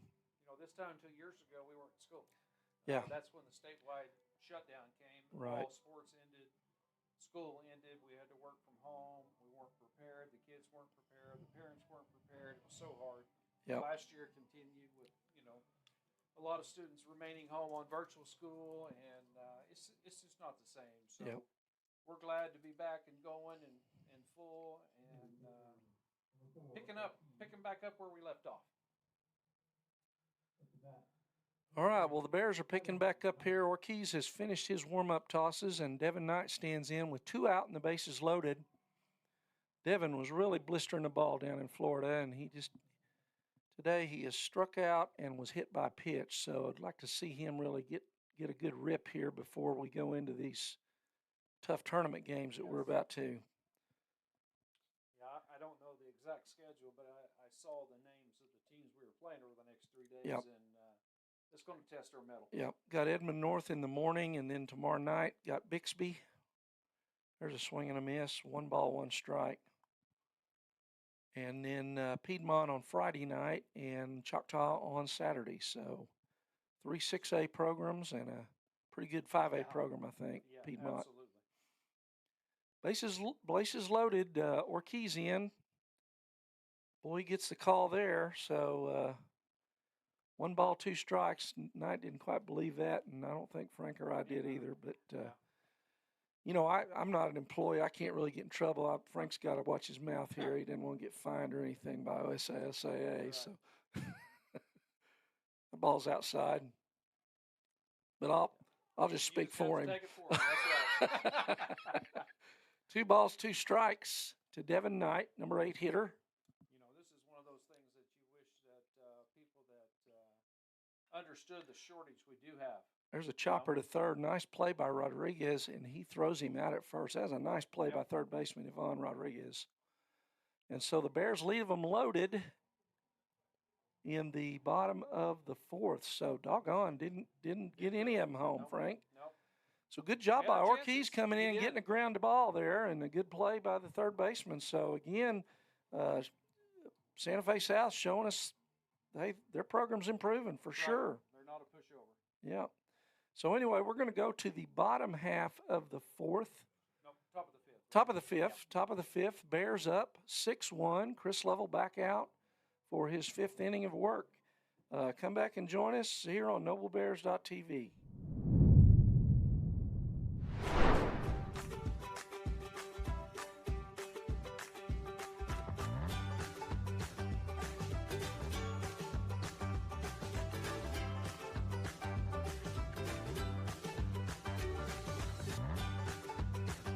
Stream with Oklahoma's #1 high school streaming service, Squirtle.tv. Find out more at Squirtle.com/stream. At Maples Nixon Diesel Horse, we've helped a lot of people, and our goal was to treat each and every person like a friend. And as a friend, we've got your back always. We understand what you're going through. Being lawyers is what we do, but it's not all that we are. We care. We'll stand beside you throughout the entire legal process, not just as lawyers, but as your friend. So we're back at Noble, Oklahoma.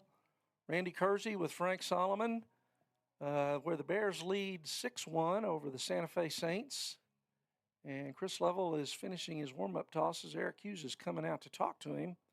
He's going to take the ball. I think he might have checked a pitch count there. And Something got his so, attention, didn't it? yeah, something out. happened there. Don't think it's an injury because Chris is moving to third, so apparently he's okay. He is at 78 pitches like we talked about, Frank. And you said that he was coming off of that injury and is Yeah. trying to ease back in. And it's early March and it's cold.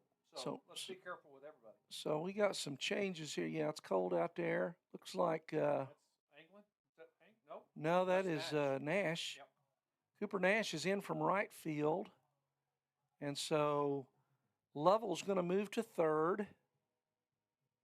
It looks like Colin Thomas has moved into left and Devin Knight has switched over to right field. So no, actually now Matt Savageau's coming in to play third for Lovell. So Chris first went over to third. So got some changes here in the top of the fifth for the Bears. Pitching change. Chris did a good job today. Leaves with a big lead. And he's going to go out of the game. I'm guessing he's going to remain hitting, and he'll probably hit for Savageau will come in at third, but Chris will probably hit as it should switch over to DH there. But again, I'm up here. I'm not down there, so we'll see how that comes out. So Colin Thomas, the jack of all trades, moves out to left. And the left fielder, Devin Knight, is going to move over into right field.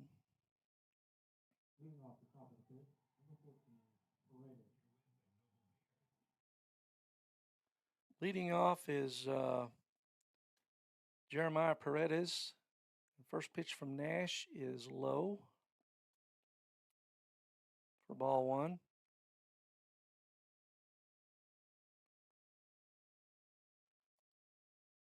Cooper Nash coming in. Cooper. Got a straight call. Strike call. 1 ball, 1 strike. I'm shuffling for my papers, so Frank's helping me out there. 1-1. Nobody out. The ball's low and away.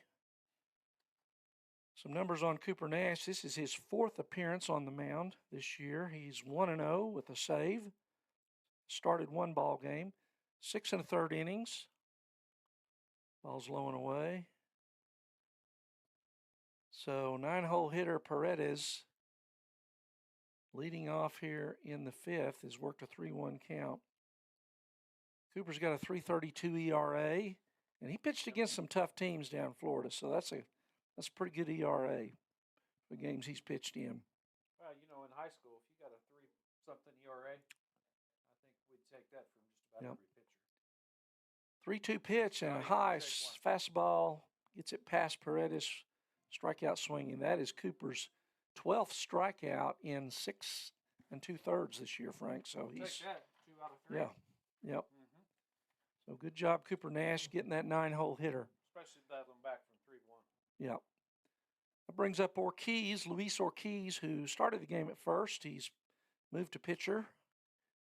Came in, got a ground ball to get out of that last jam. Ortiz has struck out twice swinging. He takes ball 1, and the groan, you know, Heard we're that all behind the a way out closed there, didn't we? window, and we can hear the groan. They might have heard that in Norman. 1 ball, no strikes. There's a pop-up back. 1 ball, 1 strike. You know, Cooper throws a knuckleball, Frank. I don't know if you knew that. I did Yeah, not. he threw it a lot in Florida. And, you know, it just kind of works. It's kind of an off-speed pitch, Little another pitch dancing? for him. Yeah, he in this wind, you'd think that'd really be, there's a hard shot to the right side. And charging was Knight. He had thoughts of yeah. coming to first, Yeah. which is a right play. He stops the ball, so it's just a single, but he kind of bobbled it a little bit there. But he was thinking, I'm going to first base He here. was going to try. I'm going to get the outfield assist. So good thinking there. But comes up short. So base hit there for leadoff man Luis Ortiz. That brings up Ever Herrera, the shortstop. Herrera made a nice tag on a stolen base Yes, attempt. he did. He's been pretty solid out there at short today. He has made some plays. There's ball 1. Another one that looks over the plate and must be being called down. 1 ball, no strikes. 1 man out. There's a topper. That's a tough play. Savageau over. Nice job, play. Max Savageau. You know, Max has played a fairly limited amount, but he has been solid on defense. He's come through with some big hits this year too. I've been really impressed with him. So Savageau throws out Herrera for the second out of the inning. And Ortiz moves over to second. And that's going to bring up 3-hole hitter Ivan Rodriguez. I think that was the knuckler there. Gets away from Harper. He throws down. I think they got him. Yep, Yes, they they did. Yep. Nice recovery there by Braden Harper. And, boy, he put it right at ground level inside the bag, and the runner just tagged himself out there. Good hustle back there by Braden. But, Frank, I think that was that knuckleball. It was definitely an off speed. Got away a little bit. Got And in his feet. so Ortiz is going to be thrown out at third on a caught stealing. I think that's the second caught stealing today for the Bears. So Harper doing his job back there for sure, knocking them down and throwing them out. So we're going to come back. So in the top half of the 5th, the Saints leave 1 man on, no runs, 1 hit. And we're going to go to the bottom of the 5th for the Bears, and we'll be back at Noble Bears TV in just a minute.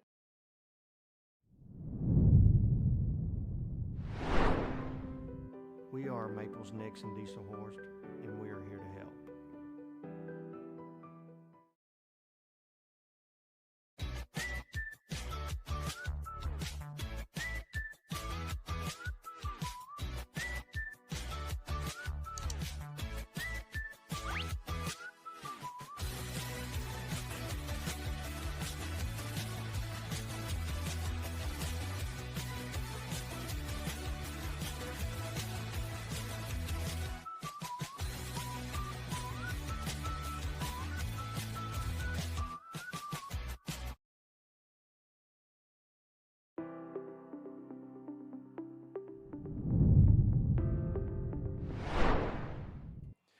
So we're back at Noble, where the Bears lead 6-1, going to the bottom half of the 5th over the Santa Fe South Saints.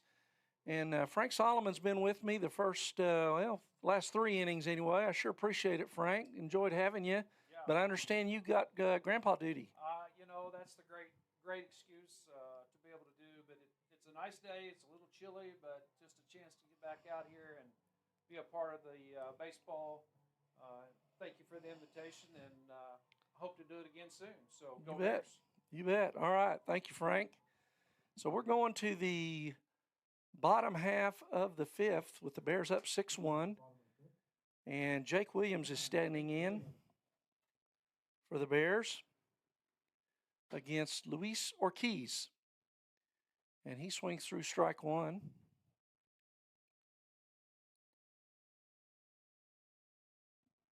Williams today has walked and singled.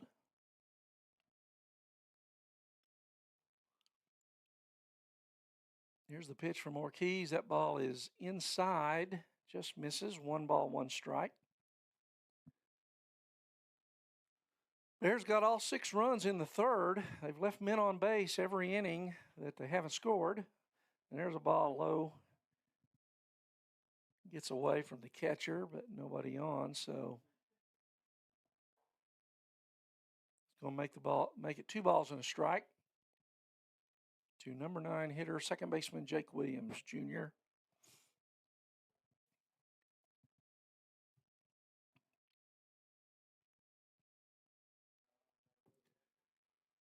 Ortiz delivers. There's a hard ground ball to second. It's scooped up and fired over to Nunez at first for the first out of the inning. Ground out 4-3.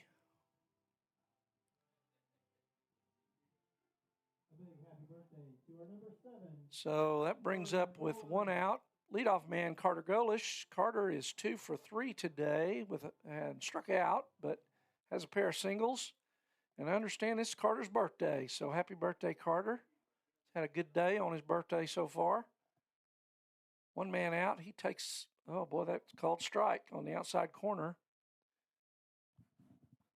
So no balls, 1 strike. Ortiz working for Santa Fe South. And he bounces that one up there. So 1-1.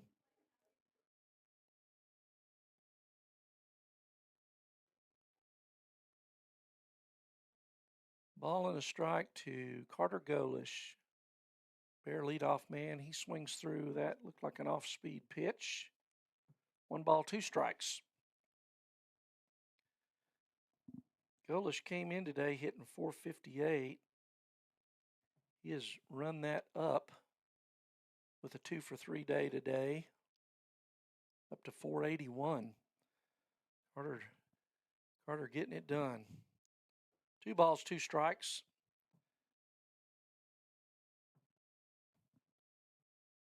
Ball's low in the dirt. Gets by the catcher. That runs the count to full.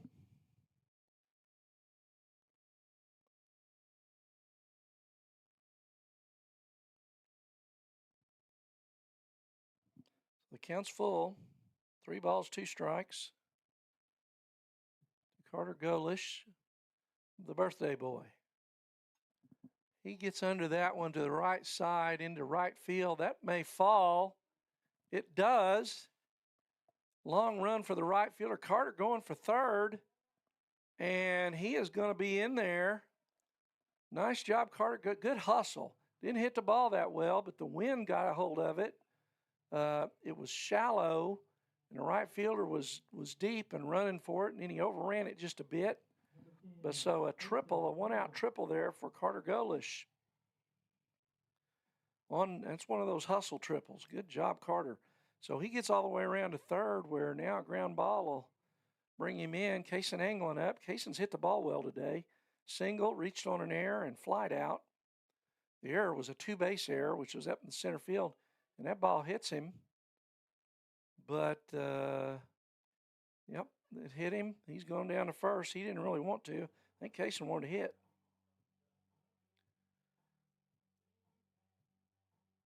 Kaysen hit by pitch there, and that brings up Colin Fisher with men at first and third. Colin's kind of been held in check. Well, not really. He's 0 for 1. I had a fly out, but he's walked twice, so he hasn't had a whole lot of chances. But he's got a good one here.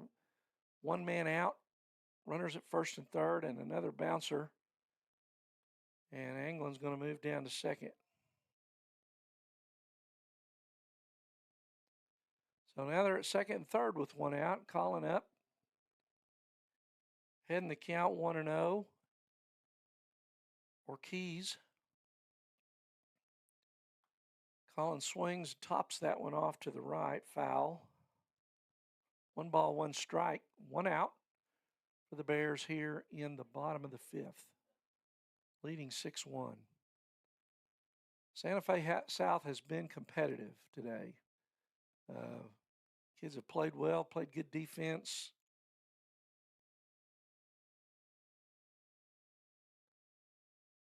Another bouncer, it gets past, and the Golders is going to come in from third, and Kaysen will move up to third on a wild pitch. So Ortiz having some trouble getting that ball all the way to the plate. He's bounced several. Got 2 balls and a strike to Colin Fisher now. Kaysen Anglin on third. Bears up 7-1. There's a ball inside. Colin kind of fists it to second, and the second baseman bobbles it. Colin's going to be safe. An error on the second baseman brings home Anglin and for the 8th Bear run.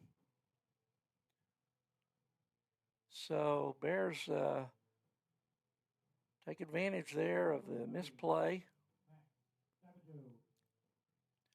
And Colin will be on first. And in to hit is Savageau. Savageau's going to hit for Chris Lovell, who left the game after started as a pitcher. He takes ball 1.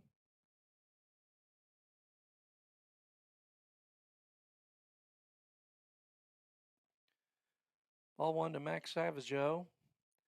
Max hitting .333 and been in 3 ball games.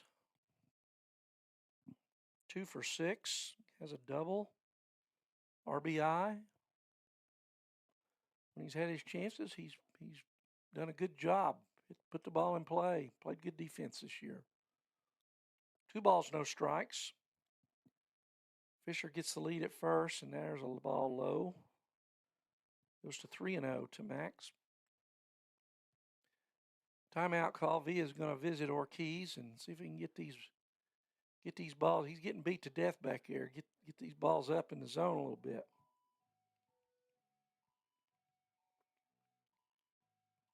Eight 1 Bears, 1 out.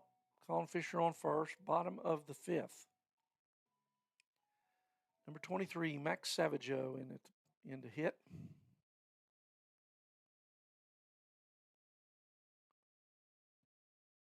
His first at bat of the game, coming in for starting pitcher Chris Lovell in his spot, and he takes high for ball 4.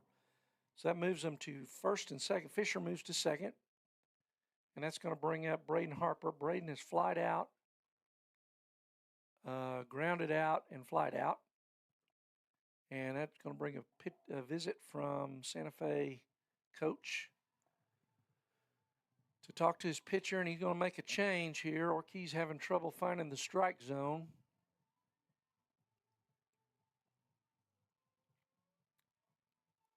So it looks like third baseman Ivan Rodriguez is going to come in and pitch. We'll see if Ortiz just takes his place or if he moves back to first.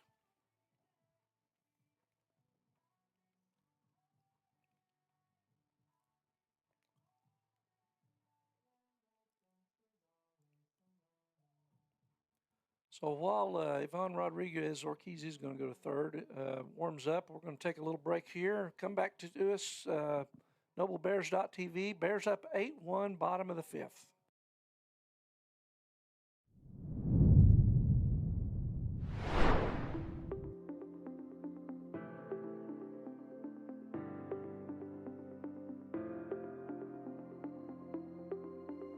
Is it time for your school or business to purchase a new phone system? Give the experts at Versatile Networks a call. In most cases, we can provide a phone system with brand new phones for less than your current monthly bill.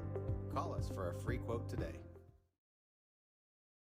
Allegiant Marketing Group produces inbound lead generation for our clients through integrated traditional and digital campaigns. We continuously develop new strategies, tactics, and productive efficiencies so you can reach your target market and get a measurable return on investment. This fast-paced world demands for your products and services to be presented at the moment your buyers need them. Targeted and innovative marketing creates your success. Call AMG today, your marketing partner. Dr. Matt Dieselhorst at Dieselhorst Sports and Orthopedics can help you get game day ready. Dr. Dieselhorst works with athletes of all ages, taking a coordinated approach to accelerate return to play and maximize athletic performance. His work with pros in sports training, injury prevention. We're back in Noble, Oklahoma. It's Randy Kersey here on NobleBears.tv, and the Bears are leading 8-1 over Santa Fe South. One man out, bottom of the fifth, and Braden Harper, senior catcher, is up. Had a pitching change. The third Santa Fe pitcher is in. This is Ivan Rodriguez, moves from third to the mound, and Ortiz, who was in, moves over to third, so switching them out there. Runners at first and second. There's a fly ball, long fly ball to left.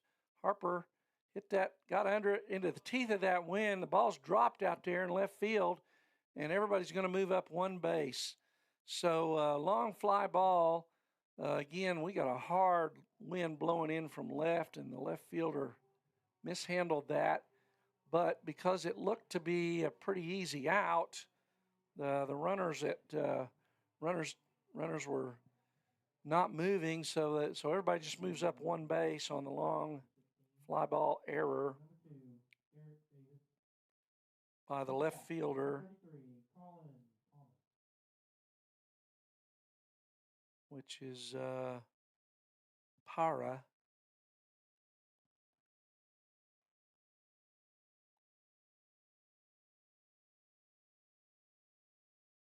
So they're loaded up, and at the plate is Bears Colin Thomas, Bears left fielder.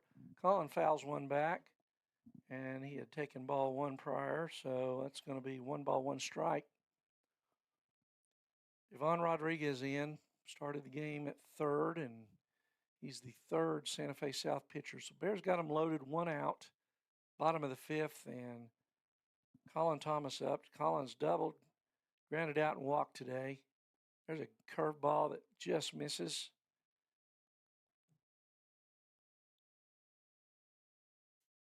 Bears have left a lot of men on base today. Hopefully they can clean the bases off here a little bit, but still lead 8-1. There's a pop-up to, looks like going to be the second baseman. He's over. He makes the catch. So that was going to be infield fly rule anyway.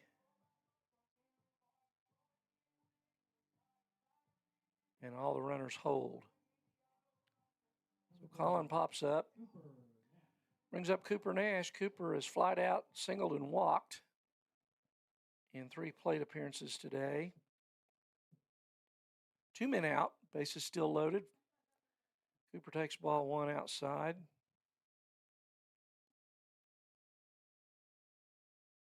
Cooper on the mound now. He relieved Chris Lovell. Cooper's raised his average today to 320. There's a high ball on a curve ball. 2 balls, no strikes.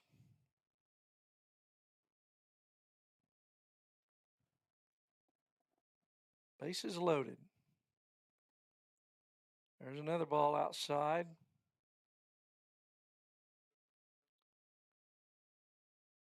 Cooper had an RBI on his single earlier. 3-0, no place for him. Got to come in there. Pickoff attempt to third. Fisher's back easily. Fisher on third, Max Savageau on second, and Braden Harper at first. 2 men out. Bottom of the fifth. Full count. Rodriguez got to come in with a strike here, or Cooper's going to get him another RBI.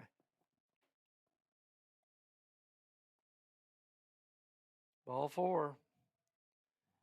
Home plate umpire has had a really, really small strike zone today for both teams. And the Santa Fe bench and dugout are not happy about that, as have not been the Bears often today. So that's the ninth, forces in the 9th run. Savageau moves up to third. Fisher scores. And Devin Knight's in. Still 2 out. He swings through strike 1.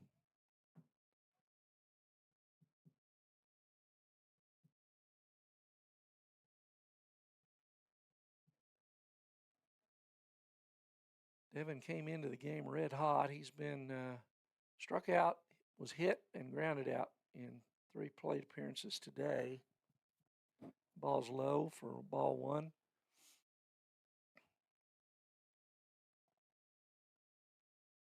Two out.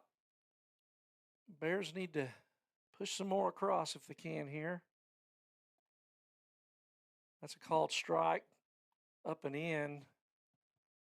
Devin didn't like that call, but 1 ball, 2 strikes. Got to protect here. 2 out.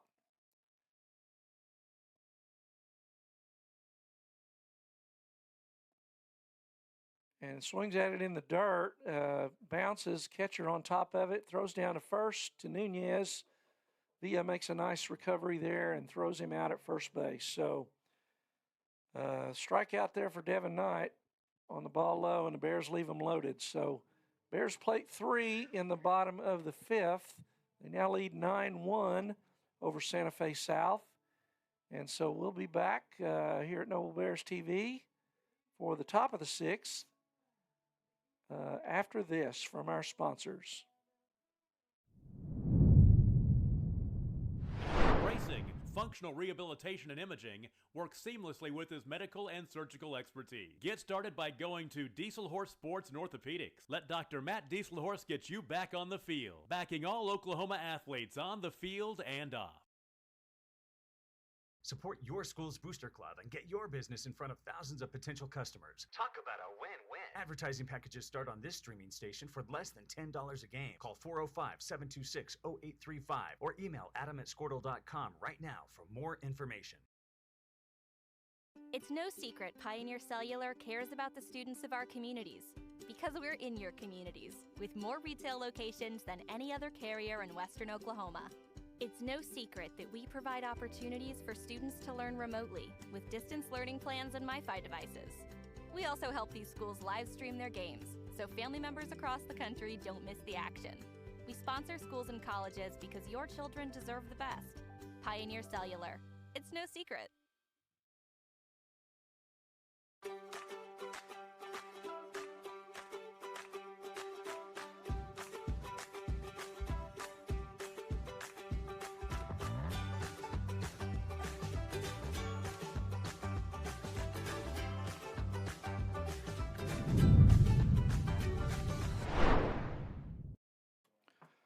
So Cooper Nash has finished his warm-up pitches for the 6th. He's in his 2nd inning of work. Vaughn Rodriguez pops one up into center. Carter Golish comes a long way for that ball and makes a nice play. Tough wind out there. Good play, Carter. Not giving up on that one. Ended up in right field. Center fielder's got the call on that. Center fielder's kind of the general out there on defense, and so Devin Knight does a good job letting him take it. That brings up cleanup man Jose Nunez, today's starting pitcher. Jose pitched better than the scoreboard shows. He takes strike 1. Cooper comes in hard, fastball, strike 2, swing and miss, 0-2. He's ahead quickly, so Cooper working fast. Got the pop up, and now he's 0-2 on Nunez. That's that knuckleball on the outside corner. Good job, Braden Harper hanging on a swing through there. Strikeout for Nash. So 2 quick outs on 4 pitches for Cooper Nash. Brings up Alvarez. Armando Alvarez, the second baseman. He has reached on an error and walked. Hit a ball 1 low and away. Hit a fly ball out there that I think Cooper kind of lost in the sun. There's a ground ball to second. Jake's got it. He fires over to Colin Fisher for the 3rd out of the inning, and quick work.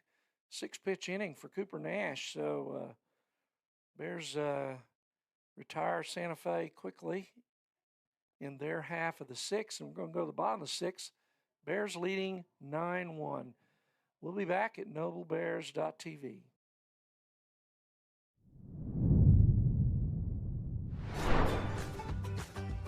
Stream with Oklahoma's #1 high school streaming service, Squirtle.tv. Find out more at Squirtle.com/stream. At Maples Nixon Diesel Horse, we've helped a lot of people, and our goal was to treat each and every person like a friend. And as a friend, we've got your back, always. We understand what you're going through. Being lawyers is what we do, but it's not all that we are. We care. We'll stand beside you throughout the entire legal process, not just as lawyers, but as your friends. We are Maples Nixon Diesel Horse, and we are here to help.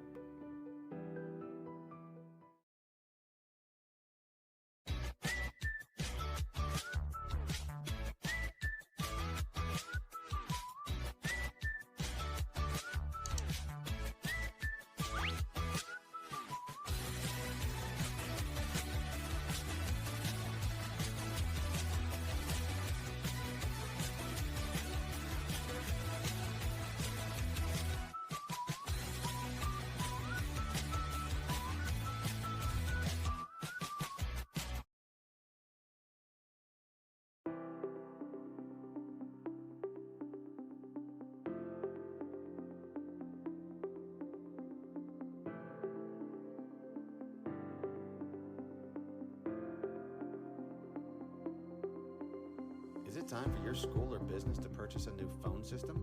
Give the experts at Versatile Networks a call. In most cases, we can provide a phone system with brand new phones for less than your current monthly bill. Call us for a free quote today. Allegiant Marketing Group produces inbound lead generation for our clients through integrated. So we're back in Noble, Oklahoma. It's Randy Kersey. Bears leading Santa Fe South 9-1, going to the bottom of the sixth inning. Been a good performance today for the Bears, but left some guys on base, but at times have gotten some hits. All their runs have come in 2 innings, 6 in the third and 3 there in the bottom of the fifth. So Bears would like to get it closed out here in this inning and kind of save their pitching because they got a long week ahead of them with doubleheader tomorrow and games Friday and Saturday, all against really good competition. Jake Williams leads off with the grounder up the middle, and he is going to beat that out at first base. So good speed there again by Jake Williams. Shortstop made a nice play to get to the ball, but Herrera didn't have enough on the throw. And so there's a leadoff single for Jake Williams, and that's what we want to do. We want to put the pressure on here. Third pitcher for the Saints of Santa Fe South. Brings up leadoff man Carter Golish. That ball's in the dirt, and Jake's going to move down to second.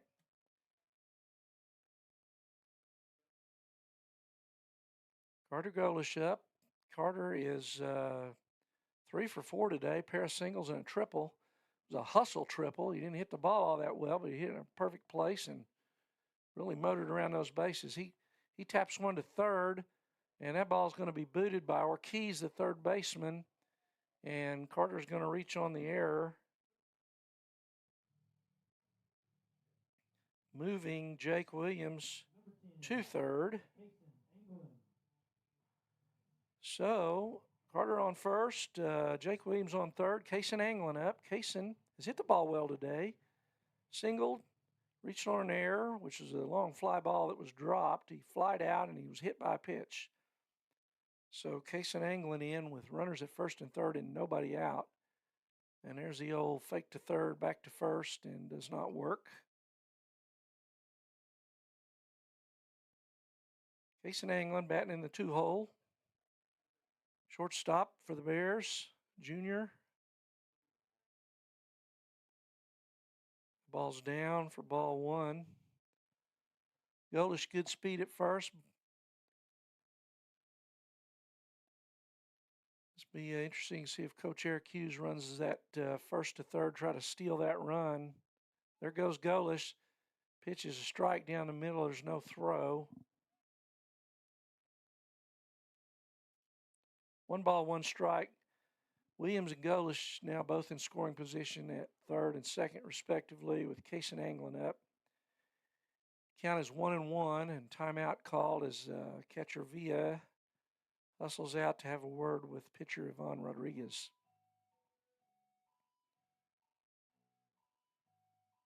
Kaysen, as I said, put the ball in play hard today. We like to see that. He's scuffling a little bit at the plate coming into today, but looks like he's coming back around.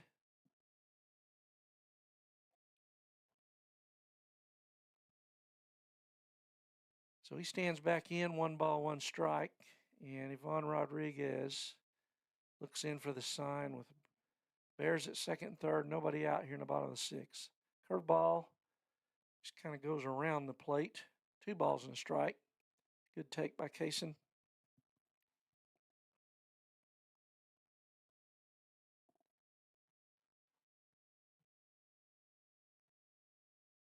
Rodriguez delivers. Another curveball. There's a ground ball to second. That's going to score a run. And the second baseman, Alvarez, throws out Kaysen at first, but he gets the RBI and also moves. Here's an example. Hitting to the right side with nobody out. You move the runner over. You score a run. That's a productive out. Good job there, Kaysen England. Number 18, Colin Fisher. So, Bears get their 10th run. They lead 10-1. Runner on third, 1 out. Colin Fisher at the plate. Colin's flied out, walked twice, and reached on an error. He takes ball 1 down. Wind is still popping in pretty good from left field, although it has died down some. Cold day today, wind chill wise. There's a ball outside. Gets away from the catcher, but not far enough for Golish on third to do anything. Infield is in. Trying to cut that run at the plate. That's going to be the game winner if he scores because of the run rule, I believe.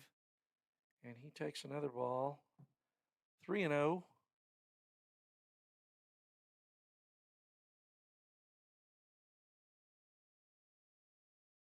And that's ball 4. Colin draws his 3rd free pass of the day. That's going to bring up third baseman Max Savageau. Max walked his first time up. He had entered the game when Chris Lovell exited the mound and some defensive shuffles, and Max came in Chris's spot in the order. 1 man out, first and third. Fisher at first. Golish at third. There's a ball inside. Ball 1. Fisher takes second.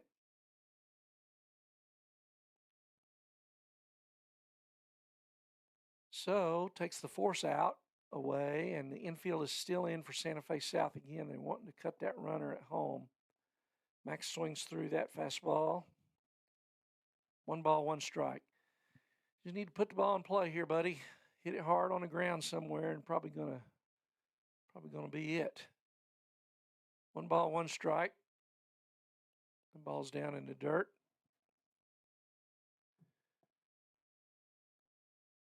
Two balls and a strike. Ivan Rodriguez, the 3rd Santa Fe South pitcher of the day.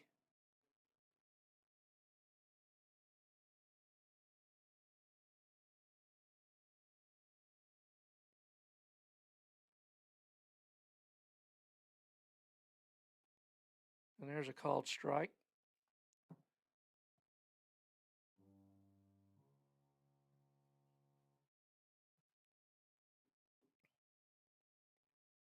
So, Rodriguez comes set to Savageau. There's a ball low and away, blocked by Villa. Villa's worked hard back there today.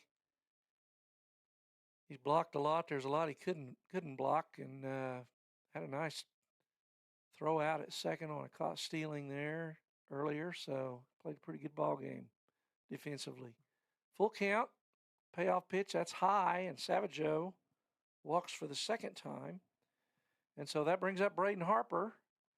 Braden's he's hitting the ball hard, but he's getting kind of under it a little bit, and he's kind of hit into the teeth of that wind into left field and kind of had a tough time of it today. But Braden Sr., bases loaded. He's got a chance to walk us off here. Obviously no balls, no strikes. 1 out, bases loaded. He turns on that one. It goes foul down the left field line. So got to see it a little longer. Rodriguez doesn't have a lot of speed, and you just gotta get patient, wait on that pitch, and drive it. Try to take it up the middle the other way. Infield's still in, so Santa Fe looking to cut the runner at the plate on a grounder to the infield. And there's a line drive base hit, and that ought to do it. Base hit for Harper into left field, and that is the ball game. So Bears score the 11th run on a single walk-off by Braden Harper. And the Bears are going to win this one 11-1 on run rule in the bottom of the sixth. So that does it for the ball game. So we're going to go to a break here, and we'll come back as the teams line up to shake hands with a good Bear win, 11-1. Come back to us here in a minute on NobleBear.tv. Traditional and digital campaigns. We continuously develop new strategies, tactics, and productive efficiencies so you can reach your target market and get a measurable return on investment. This fast-paced world demands for your products and services to be presented at the moment your buyers need them. Targeted and innovative marketing creates your success. Call AMG today, your marketing partner. Dr. Matt Dieselhorst at Dieselhorst Sports and Orthopedics can help you get game day ready. Dr. Dieselhorst works with athletes of all ages, taking a coordinated approach to accelerate return to play and maximize athletic performance. His work with pros in sports training, injury prevention, bracing, functional rehabilitation, and imaging works seamlessly with his medical and surgical expertise. Get started by going to Dieselhorst Sports and Orthopedics. Let Dr. Matt Dieselhorst get you back on the field, backing all Oklahoma athletes on the field and off. Support your school's booster club and get your business in front of thousands of potential customers. Talk about a win-win. Advertising packages start on this streaming station for less than $10 a game. Call 405-726-0835 or email adam@squirtle.com right now for more information.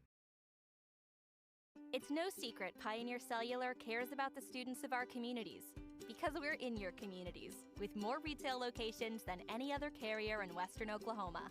It's no secret that we provide opportunities for students to learn remotely with distance learning plans and MiFi devices.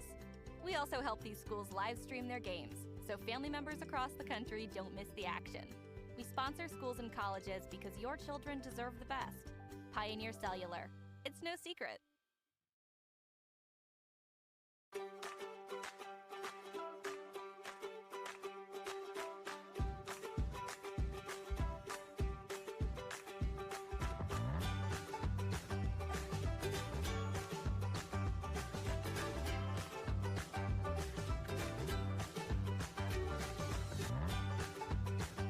Stream with Oklahoma's #1 high school streaming service, Squirtle.tv. Find out more at Squirtle.com/stream. At Maples Next. Hey guys, Nathan's Automotive, proud supporter of Noble Athletics. We work on all makes and models specializing in diesel engine repairs. I'm so proud to show our support for the Noble Public Schools through our unique Auto Repairs for Bears program. Bring your car in for maintenance or repair and drop those repair receipts off at any school campus, and Nathan's will give back 5% of the totals to the Noble Public School System. We're looking forward to serving you for all your automotive needs. Go Bears!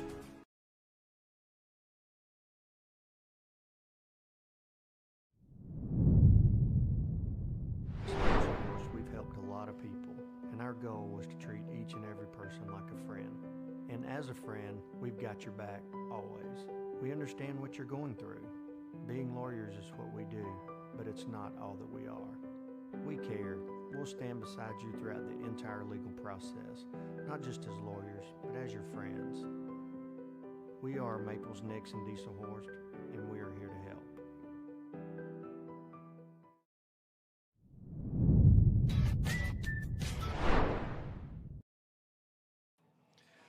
So we're back here in Noble, Oklahoma, where the Bears have just won their sixth game of the year against 3 losses against Santa Fe South, 11-1 in 6 innings, 1 on a run rule.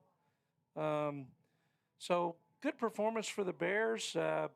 Nice win. You know, I kind of came in thinking, you know, Santa Fe South has really struggled as a program, but they were very competitive today. You got to hand it to those kids. They played good defense, put the ball in play, actually jumped out on top of us 1-0, and then the Bears kind of roared back with 6 runs in the third, but played us even and had us down a little bit there going in the bottom of the third. But the Bears come around, the bats come around, kind of got into the Santa Fe South bullpen, which you would expect you'd have more success, and then they did. Bears did, kind of poured it on there toward the end, winning 11-1. So good win for the Bears. Maybe a little tougher than we thought, but you know that's okay. Had to fight, had to get after it a little bit and show some toughness, and they did so. Got a tough week still ahead. We'll talk about that in a minute. But as far as this game goes, final line on the game: Santa Fe South had 1 run on 3 hits, committed 5 errors, which obviously didn't help them out any, but left 4 men on base. The Bears went 11 runs on 10 hits, hit the ball well today, really 3rd inning on, and actually left some men on base in the first couple innings. So Santa Fe South kind of wiggled out of some trouble there early. But Bears hit the ball pretty well all day.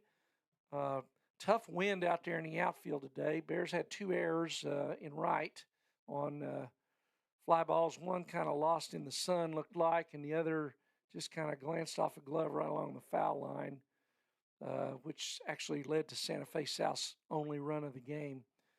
But got to be happy overall. Pitching-wise today, Chris Lovell makes his 2nd start after coming back after kind of being on the high school version of the DL, at least for pitching. Chris been playing all spring and the scrimmages, but just had gotten cleared to pitch last Monday, a week ago yesterday, and pitched his first game there in Florida at the tournament. And then today was his 2nd start. Today looked pretty sharp. 4 innings of work, threw about 80 pitches, struck out 7, walked 2, gave up 2 hits. The only run he gave up was unearned. So a good outing for Chris Lovell. He gets his first win of the year as he got the no decision last week. So Chris goes to 1-0 with 4 innings of work.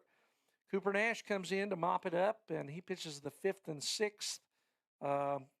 Cooper had it going on, didn't throw a lot of pitches, struck out 2, gave up 1 hit, walked no one. So good job coming in, Cooper, and slamming the door. As far as offensively goes for the Bears today, Bears were led at the plate once again by Carter Golish on his birthday. So happy birthday, Carter. Carter was 3 for 5, came into the game hitting .458. Goes 3 for 5 today, scores a couple of runs, has a triple on a tremendous hustle play. So Carter 3 for 5, 2 runs scored, drove in a pair. So nice day there. Kason Anglin was 1 for 4, although he hit the ball well today. He kind of hit it right at him some. Had a long fly ball that was dropped in center that he legged out. He got into second base on good hustle right out of the box, but didn't count as a hit, but hitting the ball well. So Kason coming back hitting the ball well today.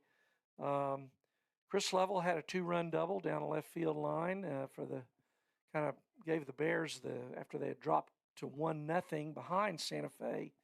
Lovell got them back on top with his 2-run double in the 3rd. Bears went on to score 6 that inning, but that got the Bears on top, and they never really looked back. So he had a pair of RBIs. Cooper Nash, Cooper was 1 for 2 today, had 2 more RBIs, so good job there. Bears were good and patient at the plate. Colin Thomas 1 for 3. So good overall. Jake Williams had 2 hits today. 2 for 3 for Jake, batting in the 9-hole spot, scored a pair of runs, and drove 1 in as well. So those are kind of the offensive highlights for the Bears. So good win for the Bears. They moved to 6-3 in a game you would expect this to win, and I'm sure they expected to win. And now we're going to a district game, so an important win. Tough conditions today. Hard left wind blowing in from left field. Made it tough on any ball hitting the air, and also made it cold out there. But so Bears going back to work tomorrow, and they got their work cut out for them the rest of the week. So we talking to the coaches about how tough the tournament in Florida was last week, where the Bears went 2-2, and really have to feel pretty good about the overall performance there against some really powerhouse 6A programs around the southeastern part of the country. But tomorrow we're got a doubleheader. We're playing the Choctaw Shawnee Festival. Bears will play 4 games in 3 days. 3 of those 4 are going to be against 6A programs, and pretty good 6A programs. So tomorrow the Bears are going to open at 10 o'clock in Shawnee against Edmond North. And I'm told Colin Fisher will be on the hill for the Bears, going for his 3rd win of the year against no losses. Then tomorrow evening we'll turn around and play Bixby back in Choctaw, where Kaysen Anglin, I think, will take the hill tomorrow night. So 2 tough 6A programs tomorrow. Friday night we play against Piedmont at 7. And then we close out Saturday at Choctaw against the Yellow Jackets, who put a pretty good thumping on us earlier this year. The Bears will be looking to get back even with the Yellow Jackets, who are a very good program. Actually went undefeated last week in the same tournament the Bears were in down at the Aggie Classic in Pensacola, Florida. So a lot of work for the Bears this week, but this is what the coaches want. They want to challenge these kids. We know we've got a good, solid ball club. Got a chance to really do something special this year. And, looking back at last year where we actually made it to the state tournament, but kind of were a little bit overmatched at the plate because maybe our schedule wasn't quite as tough, and the superior pitching you see in a state tournament kind of caught up to us a little bit. So coaches and players alike are determined not to let that happen this year. Thus, we're playing an awful tough schedule, a lot of 6A teams, tough tournaments, and this Choctaw Festival is surely going to challenge us. This may be as tough a week as last week was, but you just try to go out and compete and get better every day, and that's what you're looking for. And it's a special group of kids here at Noble, and I know they're expecting to go back to the state tournament again, and got a lot of work to do, got things to work on, but it's early. Bears are 6-3 on the year, which you got to be pleased with overall. So hey, all of these games at this Choctaw Shawnee Festival are going to be brought to you on NobleBear.tv. So again, our broadcast schedule will come on sometime probably a little before 10 tomorrow morning from Shawnee for the Edmond North Shawnee game, or Edmond North Bear game. And then we'll hustle on over. We'll break everything down, hustle on over to Choctaw for tomorrow afternoon's game at 5 o'clock against Bixby. So we'll be broadcasting both those games tomorrow here on NobleBear.tv, so I hope you tune in. Friday we'll be back, and we'll also broadcast the game against Piedmont, as will we on Saturday from Choctaw against the Yellow Jackets. So big week of baseball for the Bears, big week of baseball for NobleBears.tv. Thank you for joining us. Hope you enjoyed the broadcast. Tomorrow my buddy Scott Harper will be back with me. I don't know if he'll be back the first game, but he will the second, I believe. But we'll be here to bring you all the action. Hey, make sure and support the sponsors you see on the commercials between innings. This wouldn't be possible without their help and their generosity, especially Nathan's Automotive, all the help they've given the program and the school district as a whole. So we're going to sign off. Randy Kersey from Noble, Oklahoma. Bears win 11-1, move to 6-3, and we will see you tomorrow morning at NobleBears.tv for the Bears against Edmond North. Thank you.